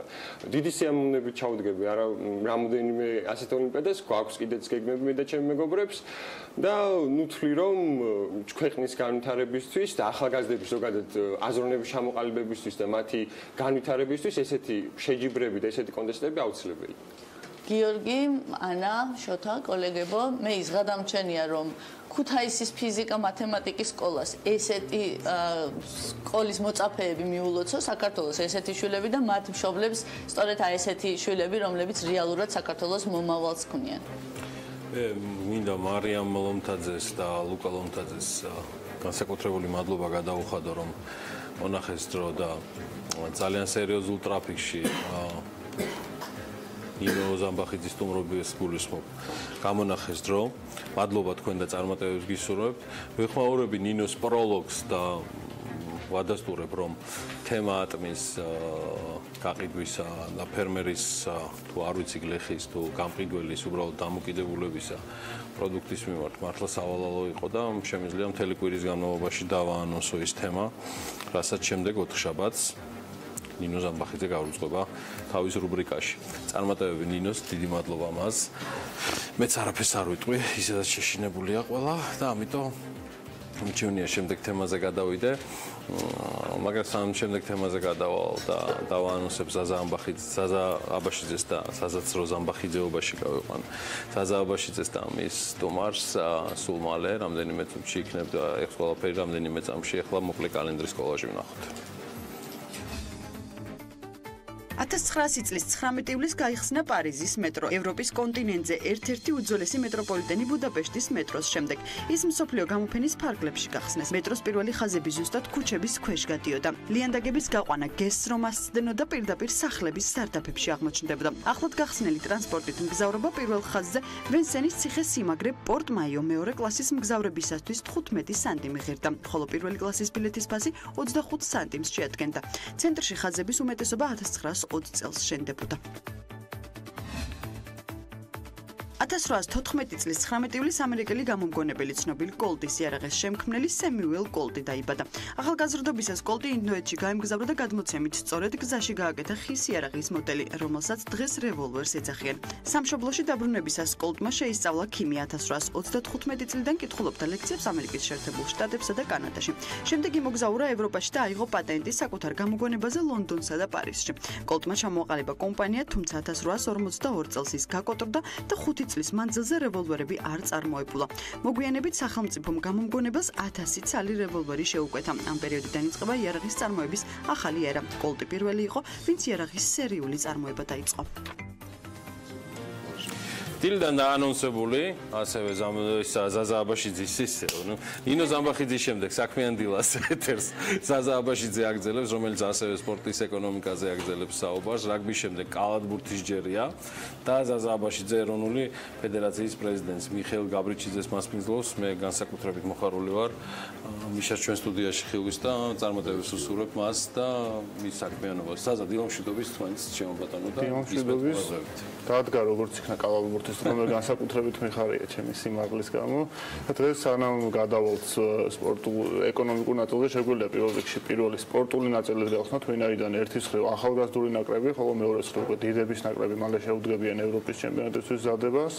და პრინციპში ბატონ მიხეილს ამ კითხვას დაუსმევ პირველს, რა ვითარება ახალგაზრდული ნაკრების შემთხვევაში, რამდენად წარმატებულად ირჯებიან ისინი და ეროვნული დიდი ნაკრების შემთხვევაში, ვიცით რომ რამდენიმე პრობლემა არის, რა პრობლემებია ეს და ზოგადად რა ვითარებაა დიდი ნაკრების შემთხვევაშიც და შემდეგ გადავიდეთ უკვე ეკონომიკურ ნაწილზე, რომელიც ჩვენი რუბრიკის ერთ-ერთი მთავარი ასე ვთქვათ საფუძველია. პირველ რიგში დიდი მადლობა თქვენ ტელევიზიას მოწვევისათვის, გიორგი, დიდი მადლობა. პირველად ვარ თქვენთან და იმედია ჩვენი თანამშრომლობა გაგრძელდება და საინტერესო იქნება როგორც თქვენთვის, ისე რა თქმა უნდა ჩვენთვის და პირველ რიგში რა თქმა უნდა ჩვენი მაყურებლისათვის. დავიწყებ ახალგაზრდული ნაკრებით. გუშინდელი რეზულტატის შემდეგ ჩვენმა ნაკრებმა საკმაოდ დიდი ანგარიშით დაამარცხა ხალბარეთის ნაკრები, ევროპის ჩემპიონატი მიმდინარეობს რუმინეთში. ჩვენი გუნდი უკვე მეოთხე ფინალშია. დღეს ჩვენი გუნდი ისვერებს ხოლმე და ზეგ მეოთხეულ ფინალურ მატჩში სავარაუდოდ 99% ჩვენი მეტოქე იქნება ხორვატიის ნაკრები. ხორვატიის ნაკრები ფავორიტია, მაგრამ თუ გვინდა წარმატება და თუ გვინდა რომ გადავიდეთ A დივიზიონში, რა თქმა უნდა, ყველა ის ბარიერი, რომელიც ჩვენ წინ არსებობს, უნდა დავძლიოთ და ვაჩვენოთ, რომ არა მარტო ჩვენ ეროვნულ ნაკრებს შეუძლია ხორვატიის დამარცხება, არამედ ახალგაზრდულ ნაკრებს. მით უმეტეს არსებობს მაგალითი, იცით ყველამ, რომ 2 წლის წინ ზაგრებში საკუთარ მოედანზე მოუგეთ საკმაოდ დიდი ანგარიშით ხორვატიის ნაკრებს და ისიც მახსოვს, როგორი განაწყენებული იყო თავის მოთამაშეებზე ხორვატი მაყურებელი და როგორი აპლოდისმენტებით გამოგუშვეს საქართველოს ნაკრები დარბაზიდან. რაც შეეხება დიდ ნაკრებს, ნაკრები უკვე შეიკრიბა 13 ივლისს თბილისში ჩატარდა ორდღიანი მოთელვითი ვარჯიშები, ასევე მოთამაშეებს გაუკეთათ სამედიცინო შემოწმება, ყველა წარმატებით გაიარეს ყველაფერი. 16 რიცხვში გაემგზავრენ სლოვენიაში, პოჩეტრეკში, სადაც არის შესანიშნავი ბაზა და შესანიშნავი პირობები იმისათვის, რომ გუნდი მოემზადოს. ვარჯიშები დაწყებულია. როგორც იცით, ყავს საკმაოდ ძლიერი მწვრთნელთა ჯგუფი, როგორც ტაქტიკურ, ტექნიკურ მომზადებაში, ასევე რა თქმა უნდა ფიზიკურ მომზადებაში და იმედი გვექნება, რომ წარმატებული იქნება ეს პირველი ეტაპი მომზადების. დიდად სამწუხარო ამბავია, რა თქმა უნდა, ყველასთვის, რომ გუნდის ლიდერი არა მარტო სათამაშო სფეროში, არამედ რა თქმა უნდა, გუნდის ერთ-ერთი ძირითადი მოთამაშე და პიროვნება, რომელიც გუნდს კრავს, უსაყვარლესი ადამიანი ვიქტორ სანიკიძე არ იქნება ჩვენთან ერთად, უბრალოდ ჩვენთან ერთად აუცილებლად იქნება, ეს გადაწყვეტა მონაწილეობას ვერ მიიღებს. ვიქტორმა ნამდვილად დაიმსახურა, რომ გუნდთან ერთად იყოს და აუცილებლად სჭირდება მისი მხარდაჭერა მორალური იმისთვის, რომ წარმატებას მივახციოთ მოედანზე. ძალიან ცხელი ზაფხული გვექნება და რა თქმა უნდა, უფრო ცხელი იქნება პირდაპირ და გადატანით მნიშვნელობით 31 აგვისტოს დაწყებული ტელ-ავივში ევრობასკეტი. ვიცით, რომ 31 აგვისტოს ნამდვილად სიცხე იქნება, ასევე სიცხე იქნება მოედანზეც, იმიტომ რომ ძალიან ძლიერი ჯგუფია, საერთოდ მინდა აღვნიშნო, რომ თითქმის ყველა ქვეჯგუფი თანაბარია და საკმაოდ საინტერესო ევრობასკეტი გველოდება წინ. ებრაელი მეგობრებისგან გვაქვს ინფორმაცია, რომ ძალიან ბევრი საქართველოდან წასული ებრაელი ჩვენი ახლობელი ადამიანები აპირებენ თამაშის დასწრებას და ასე რომ გვექნება იმის პირობა, რომ თითქმის საკუთარ კედლებში ვიგრძნოთ თავი. განსარევი იქნება. პრინციპში შეგვიძლია უფრო მნიშვნელოვანი ნაწილზეც, რა თქმა უნდა, ეს მნიშვნელოვანი არის, გადავიდეთ, რაც არის კალათბურთის განვითარების გეგმა, იშვიათი არის პრინციპში ქართული ფედერაციისგან და სპორტის რომელიმე მესწავლისგან ძალიან იშვიათად ხდება, როდესაც რაღაც გეგმა იდება, რომლის მიხედვითაც ეს სფერო ვითარდება და ეს დარგი და არის უშუალოდ წლების მიხედვით გაწერილი და ზუსტად გეგმაზომიერად თუ რა არის შემდეგ უნდა გაკეთდეს. სწორედ ეს არის ჩემი შემდეგი კითხვა, თუ არ ვცდები შარშან 2016 წელს ამოქმედა ეს გეგმა შემუშავებული იყო 14 წელს, დაახლოებით მზად იყო სექტემბრის თვეში, შემდეგ რა თქმა უნდა მოხდა ექსპერტიზა, როგორც იურიდიული, ასევე სპორტული, ასევე ფინანსური და უკვე 15 წლიდან ამოქმედა. და რავით, ზოგადად ამ გეგმაზე რო გითხრათ, რა პერიოდზე არის ეს გაწერილი და თავარი მიზნები რა არის ამ გეგმის და შემდეგ კითხვაზე გადავალ. ეს გეგმა არის 5 წლიანი, ანუ ფაქტიურად არის მე-4 წელი, მე-3 წელი ფინანსურიად ჩართულია. გეგმა ითვალისწინებდა პირველ რიგში ახალგაზრდა მოთამაშეების ყურადღებას, ახალგაზრდა მოთამაშეების განვითარებას, მაგრამ რა თქმა უნდა, მათი განვითარება ვერ მოხდებოდა იმის გარეშე, რომ შეგვექმნა სტაბილური მომავალი მათთვის, ანუ უკვე გაზრდილი ჩამოყალიბებული მოთამაშე დარწმუნებული უნდა ყოფილიყო იმაში, რომ მისი შრომა დაფასდებოდა, მისი თამაში იქნებოდა ანაზღაურებული ღირსეულად და ასეც მოხდა. ჩვენ სახელმწიფოსთან ერთად ამ პროგრამაშივე დევს შევიმუშავეთ გუნდების თანადგომის სუბსიდირების პროგრამა. ეს რომ არ ყოფილიყო, ფაქტობრივად ჩვენ არ გვექნებოდა ჩემპიონატი. ამ პროგრამის მეშვეობით ჩვენ მოვახერხეთ ის, რომ გვაქვს ორსაფეხურიანი ჩემპიონატი. რა თქმა უნდა, აქ დომინირებს პირველ რიგში სპორტული ასპექტი, დამარცხებული გუნდი, ბოლო ადგილზე გასული გუნდი ვარდება სუპერლიგიდან გადადის ალ-ლიგაში, ხოლო იქ გამარჯვებული პრიზის სახით გადადის სუპერლიგაში და რა თქმა უნდა იღებს ამ დაფინანსებას. ქართული კალათბურთი უკვე რაღაც დიდი პერიოდია წარმატებებს აღწევს ნაკრებიც, ასევე ეროვნული ჩემპიონატიც უკვე გარკვეულ დონეს მიაღწია სტაბილურობა აქაც იქნება. კერძო სექტორი თუ არის დაინტერესებული ამ სფეროში და ბოლო წლების ტენდენცია როგორი არის, იმიტომ რომ აი მაგალითისთვის რაგბის შემთხვევა არის ძალიან ნათელი მაგალითად სულ ამბობთ მაგას, რაც უფრო იზრდება ხარისხი, ასე ვთქვათ, და რაც უფრო მეტ წარმატებას აღწევენ, მით უფრო როგორც აი ბოლო ტენდენციები არის, კერძო სექტორის თანამშრომლობა უფრო იზრდება ამ სფეროში და შესაბამისად მნიშვნელოვანია იმ მხრივ, რომ სახელმწიფო ბიუჯეტზე იქნებს ამავდროულად ნაკლებად დამოკიდებულები გახდნენ ეს კლუბები. კალათბურთის შემთხვევაში რა ტენდენციებია, რა ვითარებაა და პირველ რიგში ეროვნული საკმაოდ დიდი პროგრესია, მინდა გითხრათ, რა თქმა უნდა, ყველა სურს, რომ იყოს წარმატებული სფეროს სპონსორი, თვითონ წარმოებელმა თუ კომპანიამ გამოიყენოს წარმატებული სპორტის იმიჯი თავისი მარკეტინგისათვის, კალათბურთის შემთხვევაში დაახლოებით ასე ხდება.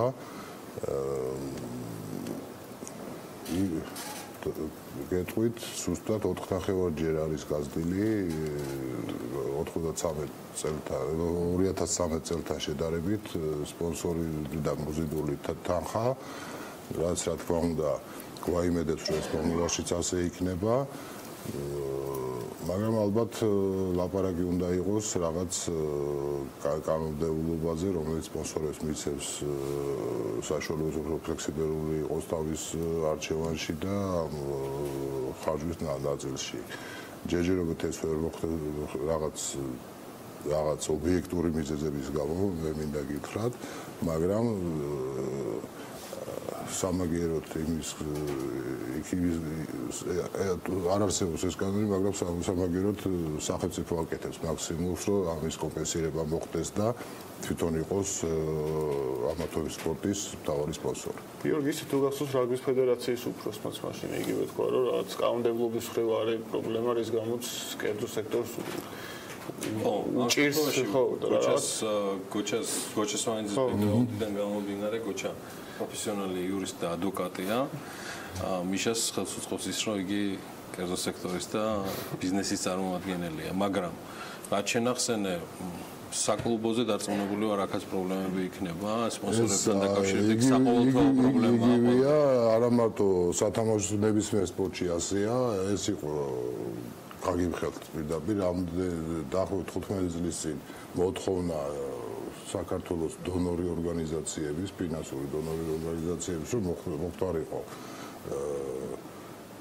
კაცრი ადმინისტრირება და ეს მთელი ის საშუალებაც იქნებოდა, მთელი თანხები აგრეგირებული ყოფილიყო ერთ კონკრეტულ ცენტრალურ ბიუჯეტში და შემდეგ მოხარ იყო ამის ძალიან ცუდი მაგალითები არსებობს 90-იან წლებში ვიცით რაც ხდებოდა მაგრამ ჩემი აზრით უკვე არის ის დრო როდესაც ეს ფისკალური მომენტი მოგვარებულია ადმინისტრირება თანხების თვლი 99% ძალიან კარგად არის და ამიტომ შეიძლება ალბათ მომავლისთვის ეს შეიძლება არ იყოს დღეს არ იყოს ხვალ მაგრამ მომავლისთვის რა თქმა უნდა იმისთვის რომ გვინდოდეს თვითონ დემოკრატიული პრინციპი ჩავდოთ ამ სპონსორის არჩევანში ალბათ მივცეთ საშუალება და შევიმუშაოთ რა თქმა უნდა ეკონომისტებთან ერთად იგივე დონორ ორგანიზაციებთან ერთად იგივე სპორტულ ფედერაციებთან ერთად თუ კლუბებთან თუ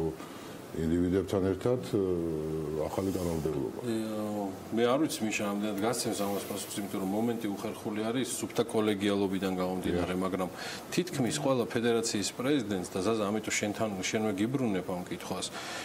მიშა ჩვენ უსვათ ესეთ საკითხს მიუხედავად იმისა, რომ ჯერ ვერ მივახციეთ ფეხბურთის ფედერაციამდე აი გეგმავს ზაზა რაღაცას უახლოეს მომავალში.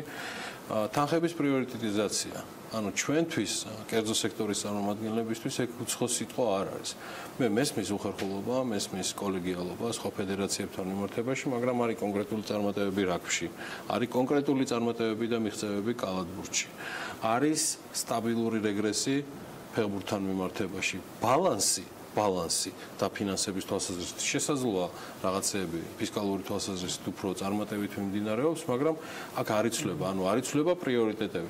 მე დარწმუნებული ვარ, ზაზა შენ გადახედავდი მიშას მოსვლამდე გარკვეულ სტატისტიკასაც და ფინანსების თვალსაზრისით, რომელიც არის. თუ არ ვშთები ფეხბურთის მიმართულებით 200 მილიონი რჩება, ხო? ფეხბურთის მიმართულებით 250 მილიონი არის, რომელსაც პლუს 50 მილიონი ემატება, შესაბამისად 300 მილიონზე ოდნავ მეტიც კი გამოდის, ანუ ამ შემთხვევაში კალათბურთთან შედარებით, ასევე სხვა სპორტებთან შედარებით, ან მეტიც შეგვიძლია ფეხბურთი და დანარჩენი სხვა ქართული სპორტები ავიღოთ, იმდენად დიდი არის სხვაობა, რომ შედარებაც ასეთ. და შედეგებშიც რო უკვე შეგვიძლია ფეხბურთი ავიღოთ და ყველა დანარჩენი სპორტი მოფარიკავეებიც რო უკვე შეუერთდნენ ეს კითხვა პრინციპში ისმის უკვე ყველგან არა მარტო Facebook-ზეც მარტივი არის თვალი რომ გადაავლო გვას კონკრეტული შედეგები კალათბურთის შემთხვევაში ევროპის ჩემპიონატზე გადიან ძალიან ბევრი წელია უკვე და იქაც იარ გადიან თამაშებს იგებენ და ანუ რაღაც თამაშისთვის არ არიან უბრალოდ მონაწილეობისთვის აი ფეხბურთში კი ნახეთ რომ გუშინ მაგალითად აზერბაიჯანულმა ყარაბაღმა ჯამში 6 გოლი გაგვიტანა და ჩვენ ვერცერთი ვერ გავუტანეთ საქართველოს ჩემპიონმა და შესაბამისად სახელმწიფოს პრიორიტეტები უფრო და უფრო უცნაური და ბუნდოვანი ხდება და პრინციპში ამაზე პასუხისგაცემა კი მესმის როგორც გიორგი უხერხული იქნება, მაგრამ რამდენად სწორი არის ზოგადად არ არის უფრო რაციონალური რომ დააფინანსო ის სპორტი უფრო მეტად და ამ შემთხვევაში კალათბურთი შედეგების მიხედვით მაგალითად პირდაპირ გეტყვით ფეხბურთი არის ყველაზე მასიური სპორტი. რომელსაც საქართველოში მაყურებელი მაინც და მაინც არ აქვს. მაყურებელზე არ არის ეს დამოკიდებული, ეს სპორტს არა მარტო ვიზუალური ეფექტი აქვს, არამედ ჩართულობის ეფექტი აქვს და პირველ რიგში ეს სპორტი არის იმისთვის, აქ შეიძლება 10,000 მოთამაშიდან ერთი გამოვიდეს, რომელიც რაღაც წარმატებული იყოს. აქ პირველ რიგში სპორტის მასიურობაზეა ლაპარაკი და უნდა გავითვალისწინოთ აუცილებლად ის გამოცდილება, რომელიც სოფლიოში არსებობს. დღეს დახარჯული ერთი ლარი სპორტში გვაძლევს ეფექტს ჯანდაცვაში სამართალდამცველ სისტემაში. დისციპლინარულ სპორტზე არ არის, ეს არის მასობრიობა იწვევს შემდეგ უკვე პროფესიონალების ჩამოყალიბებას. მას არ იყოს, არ რომ არ იყოს, მაგრამ რა თქმა უნდა მასასთან ერთად უნდა იყოს ხარისხიც. ამას იმედია რომ რამდენიმე წელიწადში მიაღწევს სულ ყველა საქართველოს. ჩვენ ახლა ისე გვაქვს რომ ანუ წრეებიც, სპორტული წრეები ძალიან სუსტია მაგალითად, როგორც სასკოლო ისე საუნივერსიტეტო ბაზაზე და მთელი ეს ფული 270 მილიონზე მეტი იდება ესე ვთქვათ პროფესიულ სპორტში, რომელშიც წარმატებულები არ ვართ ძალიან რბილად ნათქვამი, ანუ სოფლიო რეიტინგის ბოლო მესამედში ვართ, მოდი ასე ვთქვათ. რამდენად, ანუ ეს რომ ახლა ჩვენი ფული იყოს რა, რამდენად კარგ კაპიტალ დაბანდებად განმეხილავდით მაგას, როცა შეგვიძლია უფრო ნიშურ სფეროებში, როგორც კალათბურთია, როგორც რაგბია, ანუ ნიშებში ვიყოთ, ჩემპიონები და პირველები და არა შევეჭიდოთ რაღაც მასობრივს, რომელშიც პერსპექტივა არ გვაქვს, იმიტომ რომ ჩვენ 5 წლის განმავლობაში ამ გიგანტურ ხარჯს რო ვიღებთ, ეს ხარჯი არის რო შევადაროთ სიტყვაზე, რა ვიცი, აი ლივერპულის სტადიონის რემონტი დაჯდა 9 მილიარდი ერთი კლუბის. ჩვენ ორჯერ, რა ვიცი, 4ჯერ ნაკლები გამოდის ეს, რასაც მთლიან ნაკრებზე ვხარჯავთ, ხო? ანუ მაინც ვერ გავეჯიბრებით ამაში. მაინც ვერ მივახცევ წარმატება, სულ მილიარდი ლარი რო გავიღოთ, ჩვენი ბიუჯეტის მერვედი რო გავიღოთ, ვერ მაინც არ გვაქვს პერსპექტივა და არჯობია ნიშები ავთვისოთ. ცოტა რთული სასაუბროა, მე არა მაქვს არაფერი დასავალი, მაგრამ ისე ვფიქრობ, რომ ეს მასიურობა წარმატებას აუცილებლად გამოიღებს და ჩვენ ველოდებით იმას, რომ დღეს ჩაიდო 300 მილიონი და ხვალ 9 საათზე რაღაცას მივახცევთ. ამას თაობები ჭირდება, ამას პირველ რიგში მენტალიტეტი ჭირდება. ჩვენ გამერწმუნეთ, რომ ისევ და ისევ საბჭოთა კავშირში ვართ. ამას ვაღიარებ, იმიტომ რომ იგივე მენტალიტეტია დაახლოებით სპორტში, ცნელებში დარჩენილი. ეს ამ ძველ თაობას ერთეულების გარდა ძალიან უჭირს გადაეწყოს თანამედროვე მოთხოვნების მიხედვით ვსწრებთ სისტემაში, რომელიც განწირული არ არის. სისტემა უნდა განიცადოს რეფორმა, ეს უნდა მოხდეს ტრანსფორმირება, უნდა შეივსოს ახალი კადრებით ის კადრები, რომლებიც შეიძლება უკვე საპენსიო ასაკს მიაღწიეს, მაგრამ რა თქმა უნდა არ უნდა დაუკარგოთ ის, რაც გააკეთეს და ეს ყველაფერი უნდა შევენარჩუნოთ პირიქით. ამაში ვფიქრობ, რომ აუცილებლად მეცნიერები უნდა ჩაერთოს სპორტის დარგში მეცნიერები სამწუხაროდ. რამდენიმე წლის წინ ჩვენთან მოიშალა ეს სფერო, ეხლა ნელ-ნელა მიმდინარეობს აღდგენა, უნდა მოიწვიოს წამყვან უნივერსიტეტებიდან, სპორტული კათედრებიდან სპეციალისტები, რომლებიც ჩაერთვებიან ამაში. მე ვიცი, რომ ვიღაცები უკვე სპეციალისტები ჩართულები არიან. ჩვენ ყოველ შემთხვევაში ჩვენ სფეროში ვაპირებთ ასეთ საგანმანათლებლო სტრუქტურაში დავეხმაროთ სპორტის საგანმანათლებლო უნივერსიტეტს და მოვიწვიოთ სპეციალისტები, რომლებიც დანარგავენ და უამზადებენ აქ სპეციალისტებს, რომლებიც გაზდიან ჩვენთვის საჭირო მოთამაშეებს. ძალიან დიდი პრობლემა არის, რა თქმა უნდა, ადმინისტრირების დარგში სპორტის მენეჯმენტის ამას განსაკუთრებული ცოდნა უნდა. გუშინ კალბურთელი ვიყავი და თქვა ფეხბურთელი ვიყავი და ხვალ აუცილებლად მენეჯერი ვარ, ასე არ გამოდის, ამას სპეციფიური ცოდნა ჭირდება, ამას საკმაოდ დიდი განათლება ჭირდება და რა ვიცი, იმედია ყველაფერს რო ჭირდება. ჩვენ ქართველები მოწელები ძალიან გვინდა რომ დღეს დავხარჯეთ და ხვალ 5 მაგი ამოვიღოთ, მაგრამ არ ხდება არც ბიზნესში, არც და მით უმეტეს არც სპორტში, რადგან ეს არის დროშმენლებზე თან ერთად ცუდი მენეჯერებიც ვართ, შეგვიძლია დღეს დავხარჯოთ და მერე საერთოდ არ ამოვიღოთ და მე ამის უკვე მოგებიანად დღეს დავხარჯოთ და მერე ხვალ ნახევარფაში გამყვით. ეგეთი არსებობს კიდე. საზავაშიძეს მადლობა მიხეილ გაბრიჩიძეს, ქალბურთის ეროვნული ფედერაციის პრეზიდენტს სტუმრობისთვის. ცხადია, ვადასტურებთ მის პროლოგში ნათქვამს. ჩვენი თანამშრომლობა მხოლოდ გაგრძელდება ზუსტად იმ საქმიან ჭრილში, როგორშიც არის წარმოდგენილი ჩვენი ეთერები. უღრმესი მადლობა მობრძანებისთვის. ჩვენ გავიდეთ მოკლე რეკლამაზე ახლა და ამის შემდგომ უკვე ქართულ ჯარში ქართული წარმოების ხორცი. ეს ჩანაცვლდა იმ უკრაინულით, ქართული წარმოების პერსპექტივები და ნახოთ. საინტერესო სტუმრები და სპიკერები გვეულის სულ მალე.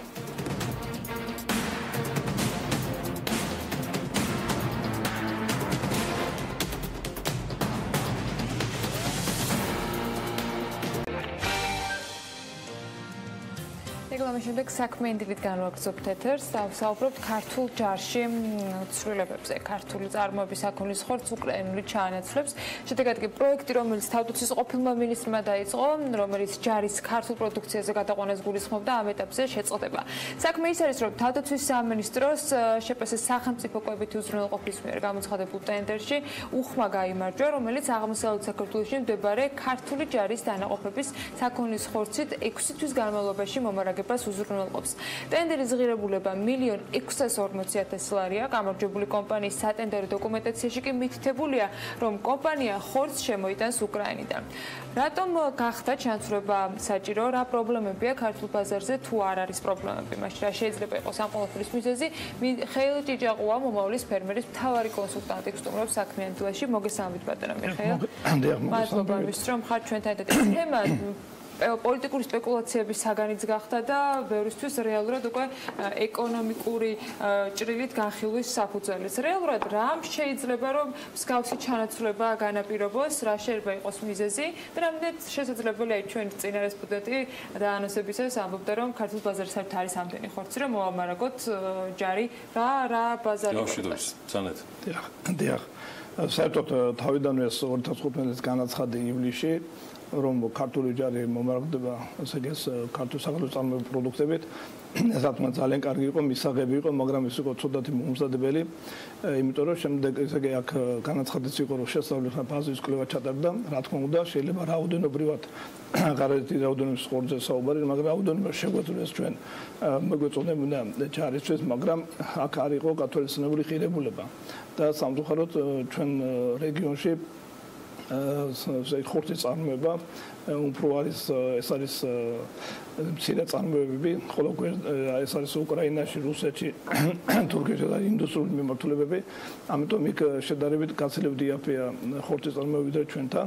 მოგდოთ იმის რომ ჩვენ შემთხვევაში ტრანსპორტირების ხარჯები დაემატება თუნდაც ამ კომპანიის ხარჯებს მაინც უფრო იაფი უჯდებათ უკრაინიდან ძალიან მცირეა ტრანსპორტის ხარჯი ეს დაახლოებით 20 ცენტით არის კილოგრამზე და იქ საერთოდ ასლუგა საბითო ხორცის ფასი დაახლოებით $1350 ეს სამნახევარი ლარიც არ გამოდის და ღირებულები შევავიდა 7 ლარზე.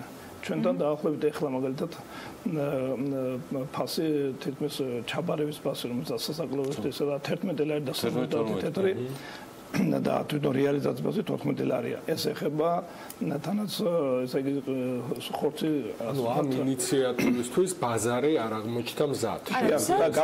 მაგარი წელი გავიდა ამის შემდეგ ან რატომ არ მოხდა ანუ დაინტერესება რომ თუნდაც სწორედ ამ მიზნისთვის ყოფილიყო ბაზარი უკვე გაზრდილი. ესე იგი რა შესაძლოა საერთოდ ჩვენ ერთო რაღაცას თვალისწინებთ რომ ჯერჯერობით ჩვენი ფერმერები ასე საწყის ეტაპზეა ჭირდება ინვესტირება და ძალიან კარგი არის ეს შიდა ინვესტირება, რასაც ქვია ეს ტენდერებში, ესე იგი ამ ტენდერებს გამოცხადებულ ტენდერებთან და ანუ ეს თანხები მიდიოდეს სოფლის მეურნეობაში თუ ეს ეხება პროდუქტებს, მაგრამ ჩვენ ვერ ვთვალისწინებთ რაღაცას, რომ რადგან ჩვენ გვაქვს ჯერჯერობით ასე ვთქვათ, მცირე წარმოებები, ფაქტურად ჩვენი მოსახლეობა დღეს ფერმერები არსებობენ, ანუ პატარა ფერმერ-მეურნეობები აქვს, მაგრამ ეს აქვს აი უშუალო წარმოადგენს მათი შემოსავალი და მათი შენახვა დამოკიდებულია უშუალოდ ის მაგალითად თუ აქვთ მცირე ფერმა, უფრო მათ შემოსავალს. ამიტომ ეს ძალიან ესე იგი კონკურეტუნარიანი არ არის და ამიტომ როდესაც სახელმწიფო მიიღო დაუშვათ ეს განაცხადი გააკეთა, აქვე უნდა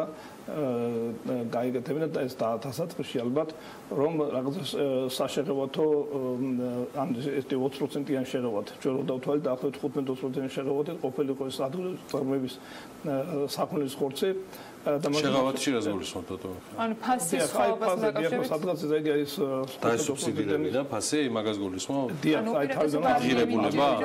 მიენიჭებინა. უპირატესობა არ მიენიჭებინა, უფრო იაფისათვის. ანუ ადგილობრივი წარმოების მიენიჭებინა უპირატესობა და იქ ყოფილიყო რომელ კომპონენტ აი თქვენ ისეთი ორი კომპონენტი ბრძანეთ რომ როგორ უნდა მიენიჭებინა მე არა ვარ ამ შემთხვევაში რაიმე განსაკუთრებული ხარდამჭერი შეიძლება იმპორტისა მაგრამ მინდა რეალისტურ ადგილობრივ წარმოებას დაუჭირო ხარი თუ მოცულობა და მე თქვენი მჯერა არ ყოფნის მოცულობა ამ ეტაპზე ხლე ამ რაოდენობა ამ ეტაპზე არ ყოფნის ეს დღეს ხო არ ყოფნის არა დღეს მოცულობა თვითონ რაც ახლა ჯარს უნდა მოსამ ეს რაოდენობა არის ყოფნის ეს 130 ტონა ეს არ არის ბევრი როცა ჩვენ ვაწარმოებთ ფაქტურად წლის განმავლობაში დაახლოებით 12-19000 ტონა ხორცს აქ ადგილზე სადღაც 10-12000 ტონას შემდეგ გერთვება ფასის კომპონენტი რომელიც თითქმის ნუ არაზუსტად მაგრამ ამის არის ორჯერ იაფი უკრაინაში ესეა ორჯერ იაფია დიახ უკრაინაში და აქ საჭირო იყო რომ ესე იგი დაახლოებით ჩაგვეკეთა ადგილობრივ წარმოებაზე თუ გავაკეთებთ. არა, საჭირო პირდაპირ თქვა, ერთადერთი გამოსავალი იყო, რომ ეს არ ყოფილიყო ღია ტენდერი,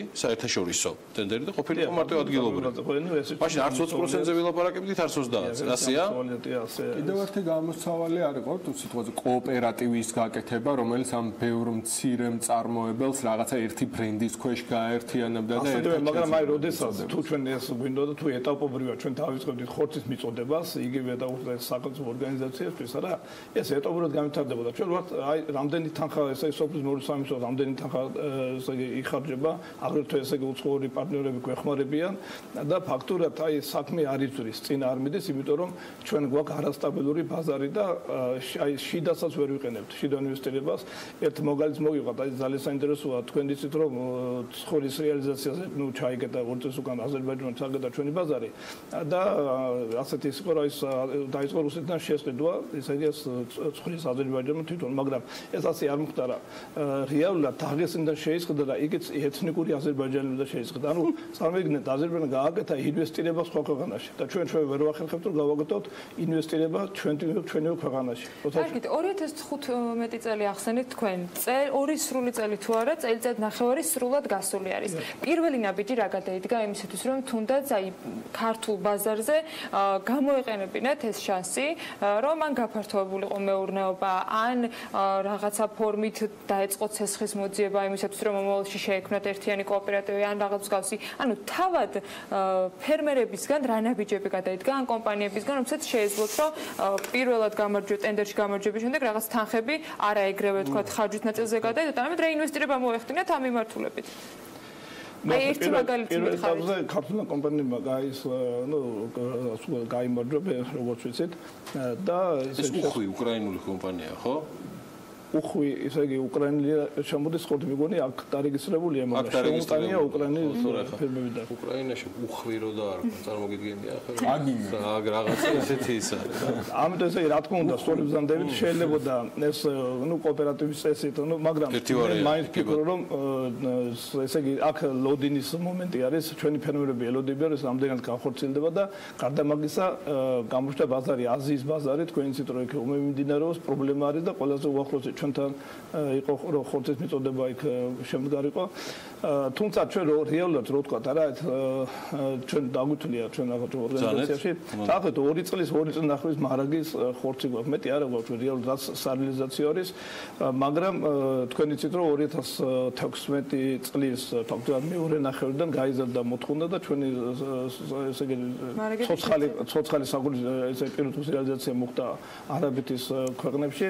ამას შეამცირა რა თქმა უნდა ჩვენ და დღეს მაგალითად ცოცხალი ასე ვთქვათ ცოცხალი 130 კილოგრამიანი თვითონ პირუტყვის ცოცხალის ფასი დაახლოებით არის 8 ლარია, ხოლო 200 კილოგრამზე ზევით არის 6-7 ლარი. ასე დავსვათ კითხვა რომ მაშინ რა არის ცუდი იმაში რომ საქართველოს ჯარმა მოიხმაროს იმპორტირებული ხორცი იაფად და ამ ფერმერებმა უფრო ძვირად გაყიდონ საექსპორტო თავისი ხორცი, იმიტომ რომ ქართულ ფერმერებმა რო გაყიდონ, ეს ხო იმას ნიშნავს, რომ ფასიც უნდა დააკლონ. როცა შეუძლია რომ უფრო ძვირად გაყიდონ სხვა ქვეყნებში და ჩვენ შემოვიტანოთ უფრო იაფად. სახელმწიფოც იგებს, ფერმერიც იგებს და ნეგატიურად რატო მოიხსენიებთ ამ ფაქტს, რომ სიტყვაზე უკრაინიდან ნეგატიურად ჩვენ მოხსენება არ გითხოვთ, უბრალოდ რა თქმა უნდა, ჯარს აქვს მისი მიდგომა, რომ ეს უწყვეტ რეჟიმში ჭირდება ყვება და ეს უნდა იყოს გარანტიები იმისა, რომ ეს ნამდვილად იქნება ხორცის მოწოდება, პროდუქციის მოწოდება. ეს გასაგებია ჩვენთვისაც, მაგრამ აი დღეს ისე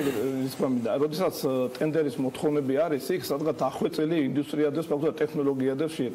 აი როგორ უნდა მიაწოდო ხორცის საკონკურენციო ბაზარს, არა?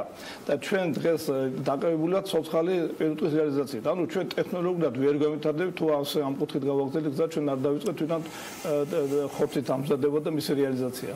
ამიტომ ეს ტენდერების ხარჯზე არ უნდა მოხდეს არ უნდა მოხდეს, მაგრამ ერთ-ერთი ფაქტორი არის, იმიტომ რომ დღეს თქვა ჩვენ არის ჩვენთან ფერმები დღეს 100-150-ზე სული მეტი არ აყავს. თითო ოროლე ფერმერს შეიძლება ყავდეს უფრო დიდი რაოდენობის და დღეს მაგალითად აზერბაიჯანი უწყვეტ შემოსულია, ასე ვთქვათ, აქ წარმოებლები, რომელიც ადგილზე დაწარმოებებს სტაქულს და მაგათ ყავს მარტო 1000 და შესაძლოა მეტი. იმიტომ ჩვენ არ გვაქვს ამის ამის ჩვენ პირდაპირ აფარიძეს რომ დაეცნენ და ყელი გამოღადრეს ამ სოფლების დაცვაზე პირდაპირ მოსახლეობა მიმული არის თავის საქონელზე, თავის შემოსავალზეა და ამიტომ აქედან მოდის რომ ესე იგი ის ოღონდ შემოსავალი კონდეს იმ მომენტში და ეს რეალიზაცია უკეთებს საქონელს. ჩვენ დღეს რეზერვი არის დარჩენილი რომ ესე იგი ჩვენ მოგვიწევს თქვენთან ერთად ამ თემის გაგრძელება, ოღონდ აუცილებელია რომ თავდაცვის სამინისტროს და სოფლის მეურნეობის სამინისტროს დაესწროს, იმიტომ რომ იგივე ის რეკომენდაციები, რაც ბატონმა მიხეილ ჭიჭაყუამ ბრძანა ჩვენთან, იგი გახალთ მომავლის ფერმერის მთავარი კონსულტანტი ორგანიზაციის, პასუხგაუცემელი არ დარჩეს. მადლობა მას კიდევ ერთხელ და გასული კვირის მიწურულს საკანონმდებლო მაცნეზე გამოქვეყნების შემდეგ ძალაში შესრულიათ ცვლილებები საქართველოს საგადასახადო და სისხლის სამართლის კოდექსებში,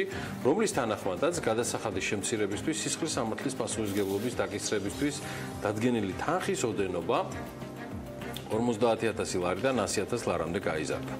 ამასთან გადასახადი განსაკუთრებით დიდ ოდენობად ჩაითვლება თუ თანხა დღეს არსებული 100,000-ის ნაცვლად 150,000 ლარს აღემატება. ცვლილებებით ასევე გაუქმდა სისხლის სამართლის პასუხისმგებლობა ქმედებებისათვის, რომლებიც თავისი შინაარსით საგადასახადო სამართალდარღვევას წარმოადგენს, როგორც არის მაგალითად სასაქონლო ზედნადებთან ან არააქციზური საქონლის მარკირებასთან დაკავშირებული დარღვევები. კერძოდ, სისხლის სამართლის დანაშაულად აღარ ჩაითვალოს საქმიანობისათვის საქონლის სასაქონლო ზედნადების გარეშე ტრანსპორტირება.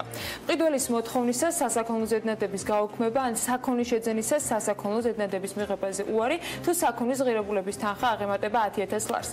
ასევე სავალდებულო მარკირებას დაქვემდებარებული არააქციზური საქონლის მარკირების ნიშნის გარეშე გამოშვება, შენახვა, რეალიზაცია ან და გადაზიდვა თუ არააქციზური საქონლის ღირებულება ამ შემთხვევაში ოღონდ არ უნდა აღემატებოდეს უკვე 2,000 ლარს. სწორედ ამ ცვლილებებთან დაკავშირებით კომპანიების ფინანსური მენეჯერების, ბუღალტრების, ფინანსური გუნდების და ასევე სხვა დაინტერესებული პირების ჩემბატონო ინფორმირების მიზნით საქართველოს ფინანსთა სამინისტრო ღია კარის დღეებს იწყებს, რისი გათვალისწინება მოუხდებათ ბუღალტრებს ახალი წესით ადმინისტრირებისას და რა სიახლეებია რეალურად, ამაზე ძალიან მოკლე ჩართვით ჩვენთან კავშირზე არის სტუმარი ფინანსთა სამინისტროდან, იგი გახლავთ ფინანსთა სამინისტროს აკადემიის დირექტორი, მე მივესალმები ქალბატონ თამარ ჯაფარიძეს და ბედნიერ თუ მას ყოველთვის ისეთ საქმიანი დღე აქვს და დილა, მაგრამ დარწმუნებული ვარ რომ დღეც საქმიანი ექნება. წარმატებული დღე ქალბატონ თამარ და მოგესალმებით.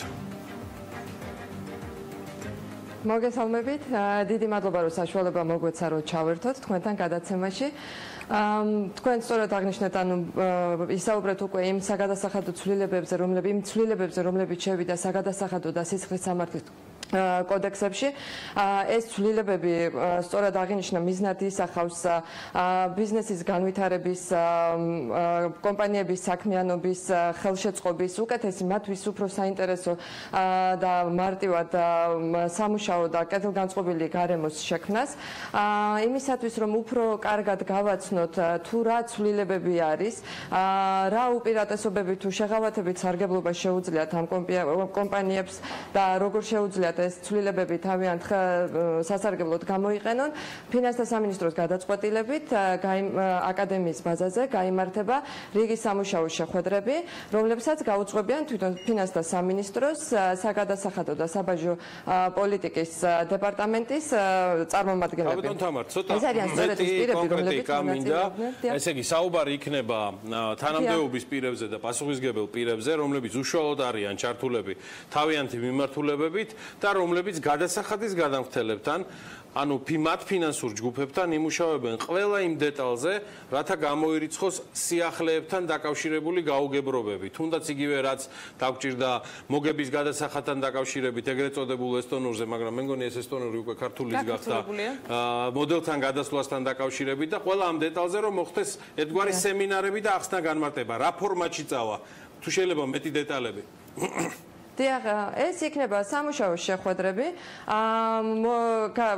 გაკეთდება პრეზენტაციები, მიეწოდებათ დამატებითი უფრო ისეთი ვრცელი, ყოვლისმომცველი ინფორმაცია, რაც შეიძლება დააინტერესოთ სამუშაო შეხვედრებში მონაწილეებს, ეს როგორც აღნიშნეთ, იქნებიან ბუღალტრები, ფინანსური მენეჯერები, სხვა დაინტერესებული პირები, წარმომადგენლები კომპანიებისა და მათ კითხვა-პასუხის რეჟიმში შეეძლებათ მერე დამატებით მიიღონ ის ამომწურავი ინფორმაცია, რომელიც მნიშვნელოვანია მათი საქმიანობის წარმატებისთვის და კანონმდებლობის შესაბამისად წარმართვისთვის.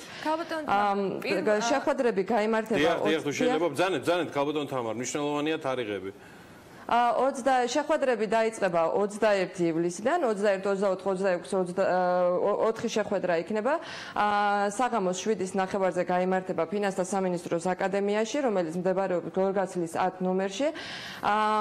დასარეგისტრირებლად დაინტერესებულ პირებს საშუალება ექნებათ იხილონ სარეგისტრაციო ფორმა და შეავსონ ის უკვე ფინანსთა სამინისტროს სისტემის ნებისმიერ ვებგვერდის ან Facebook-ის საშუალებით, მათ შორის ფინანსთა სამინისტროს აკადემიის Facebook-ის გვერდზე იქნება სარეგისტრაციო ფორმა და შემდეგ მათ დამატებით დაუკავშირდებიან და ეტყვიან თუ სად უნდა მობრძანენ, რომელ საათზე და დასტურებენ რეგისტრაციას.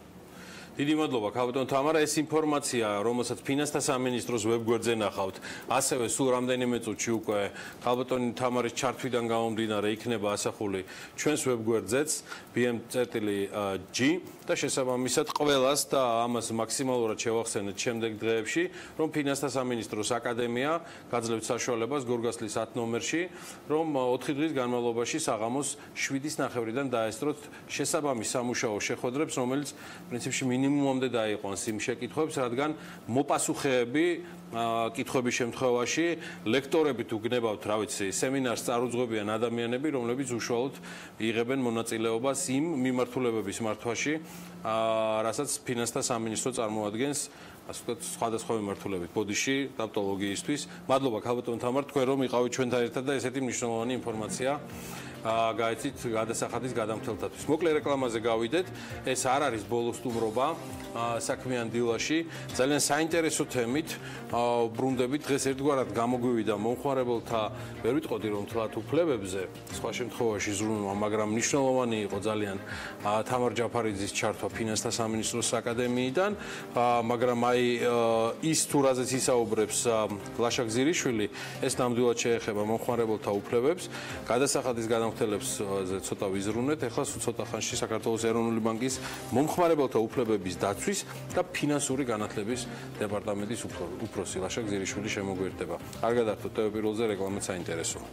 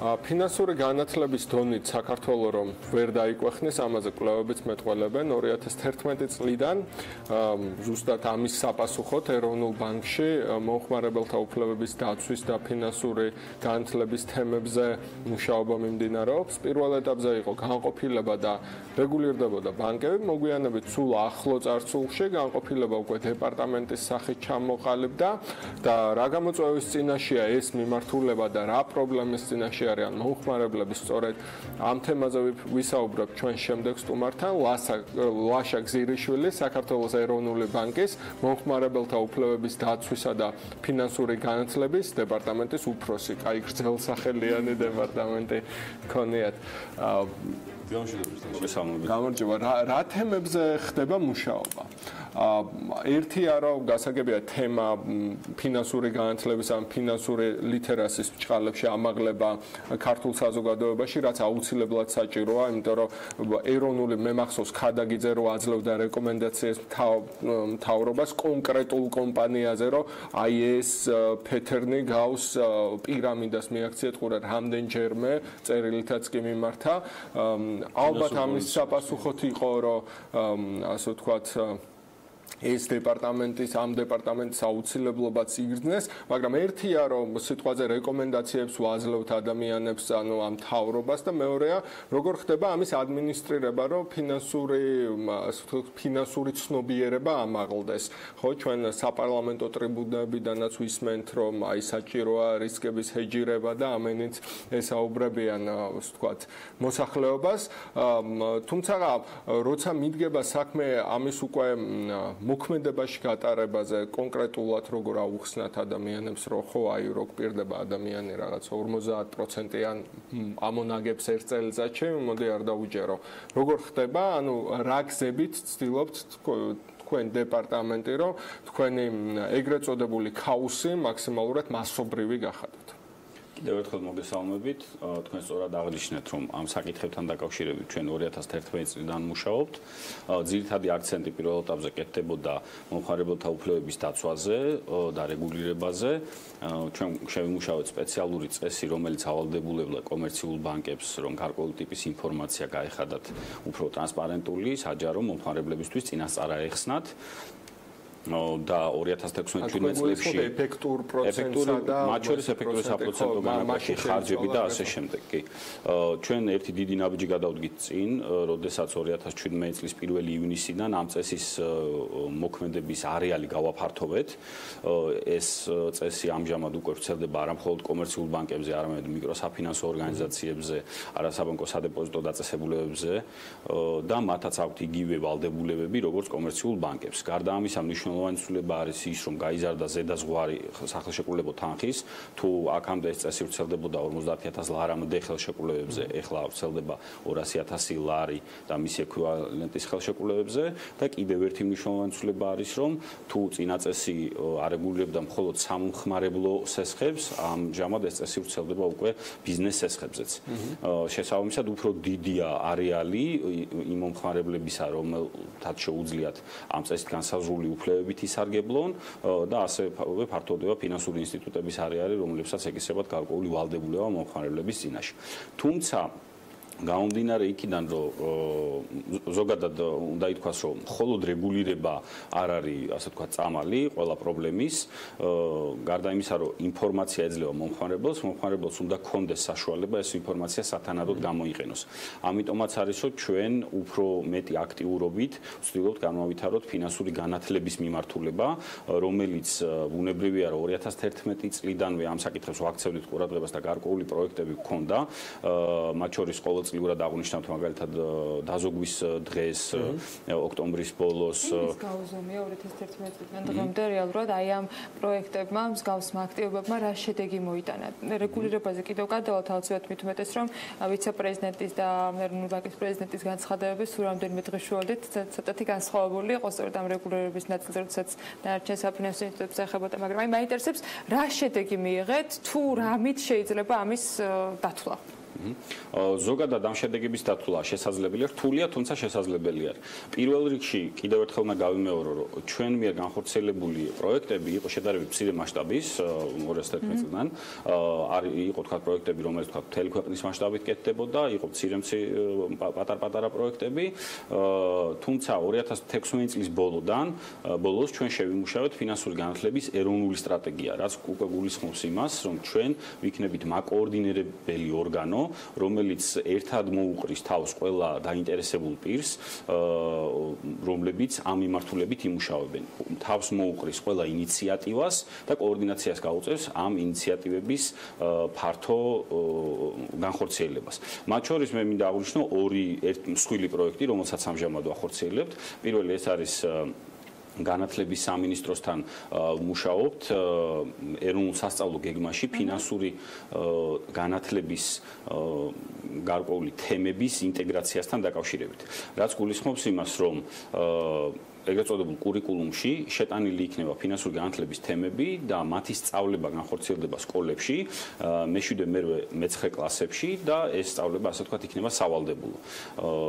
ასე რომ ჩვენ მოვიცავთ ახალგაზრდებს მთელი ქვეყნის მასშტაბით. როგორც ასე ვთქვათ, ჩვენი მოლოდინია, რომ ამ წლის ბოლომდე კურიკულუმი დამტკიცდება და უკვე შემდგომ წლებში მოხდება შესაბამისი სახელმძღვანელოების განვითარება. ეს ნაწილები, ასე ვთქვათ, ფინანსური განათლების ძირითადად ალბათ ინტეგრირდება სამოქალაქო განათლების საგანში, აქ იქნება ნაწილები და არის კიდევ მეორე პროექტი, ასევე საკმაოდ დიდი მასშტაბის, რომელსაც ჩვენ ვახორციელებთ საერთაშორისო ორგანიზაციასთან ერთად, Child and Youth Finance International, არის ესეთი საერთაშორისო ორგანიზაცია, რომელთან ერთადაც ვაკეთებთ პროექტს სკოლა ბანკი. ეს პროექტი მოიცავს ორ კომპონენტს, ერთი არის საგანმანათლებლო კომპონენტი და მეორე არის საბანკო კომპონენტი. საგანმანათლებლო კომპონენტი გულისხმობს ასევე ახალგაზრდებისათვის სპეციალური სასწავლო მოდულის შემუშავებას, რომელიც უკვე შემუშავებული გვაქვს, ეს არის 15 გაკვეთილიანი მოდული, რასთან დაკავშირებითაც ასევე გვაქვს მოლაპარაკება განათლების სამინისტროსთან, რომ არა სავალდებულო წესით, არამედ თავისუფალი გაკვეთილების ფორმატში ეს სწავლებაც განხორციელდეს ბანკებში. ეს ბევრად უფრო სწრაფად მოხდება, ვიდრე თქვათ კურიკულუმისგან გამომდინარე გარკვეული თემების სასწავლო გეგმაში გათვალისწინება და ვფიქრობ, რომ უფრო მალე მოვახდენთ ამ სწავლების დაწყებას. გარდა ამისა, იგივე პროექტის ფარგლებში, ზუსტად გასულ კვირას ჩვენ გავაფორმეთ მემორანდუმი მოსწავლე ახალგაზრდობის სასახლესთან, რაც ასევე გულისხმობს სკოლა ბანკის სპეციალური წრის შექმნას. ჩვენ რამდენიმე თვის წინ დავატრენინგეთ უკვე მასწავლებლები და აი ამ პროექტის ფარგლებში ეს მასწავლებლები განახორციელებენ ბავშვების ტრენინგს. და ერთსაც დავამატებ კიდევ, რომ ასევე ამ პროექტის ფარგლებში ჩვენ ვაპირებთ დამატებითი ტრენინგების განხორციელებას მასწავლებლებისთვის, რომლებიც შემდეგ უკვე დაატრენინგებენ მოსწავლეებს. და გასულ კვირას ასევე იგივე პროექტის ფარგლებში ჩატარდა ორდღიანი ეგრეთ წოდებული ვორქშოპი ბანკებისთვის.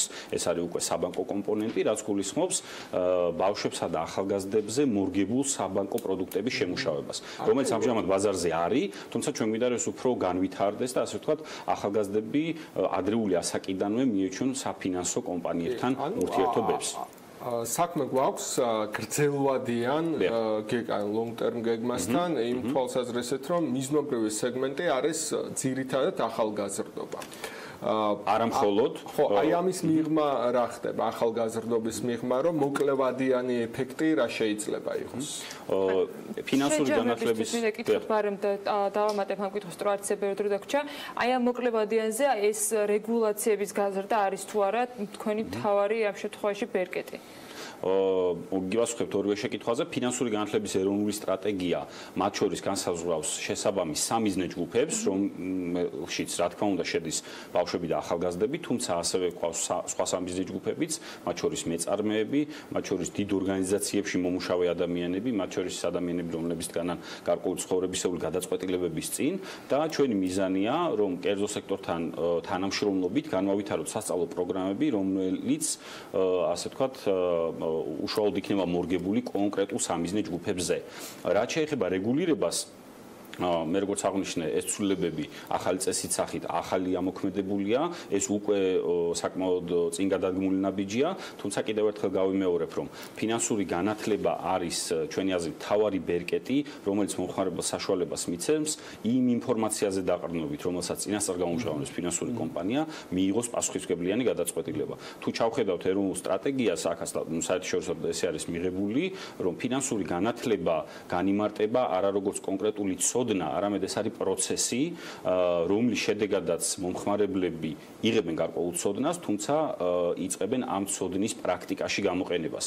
მათ უჩნდებათ საკუთარი თავის რწმენა და სხვადასხვა რჩევებისა თუ არსებული ინფორმაციის საფუძველზე იღებენ პასუხისმგებლიან გადაწყვეტილებებს. ამიტომ კიდევ ერთხელ გავიმეორებ, რომ მხოლოდ რეგულირებით ან მხოლოდ ფინანსური განათლებით მოსახლეობის ფინანსური კეთილდღეობის პრობლემა ვერ გადაიჭრება. ეს ორივე თემა არის ერთად გასავითარებელი პარალელურ რეჟიმში, რასაც სამწუთას ჩვენი დეპარტამენტი ემსახურება. გასაგებია. მადლობა თქვენ იმისთვის, რომ იყავით ჩვენთან სტუდიად. დაარწმუნებულ რომ კიდევ ბევრ სახლასთან დაკავშირებით გვექნება თქვენგან ინფორმაცია და ეროვნული ბანკისგან კიდევ დამატებით არაერთი საინტერესო სიახლე იქნება ამ ნაწილში. ლაშა გზირიშვილ, საქართველოს ეროვნული ბანკის მომხმარებელთა უფლებების დაცვის და ფინანსური განათლების დეპარტამენტის უფროს მასპინძლობთ საქმიანი დილაში. საქმიანი დილა ამით დასრულებულია, ყველას წარმატებულ დღეს გისურვებთ. შემოსავლიანად დაელოდეთ ქალების ნარატივს და საქმის კურსს. საქმის კურსის 3 საათის გარდა კიდევ საღამოს 11:15 უკლია შემაჯამებელი გამოშვებით იქნება თქვენს წინაშე წარდგენილი ბექა ბაციკაძესთან ერთად. წარმატებული და უხვი დღე. შემოსავლებით.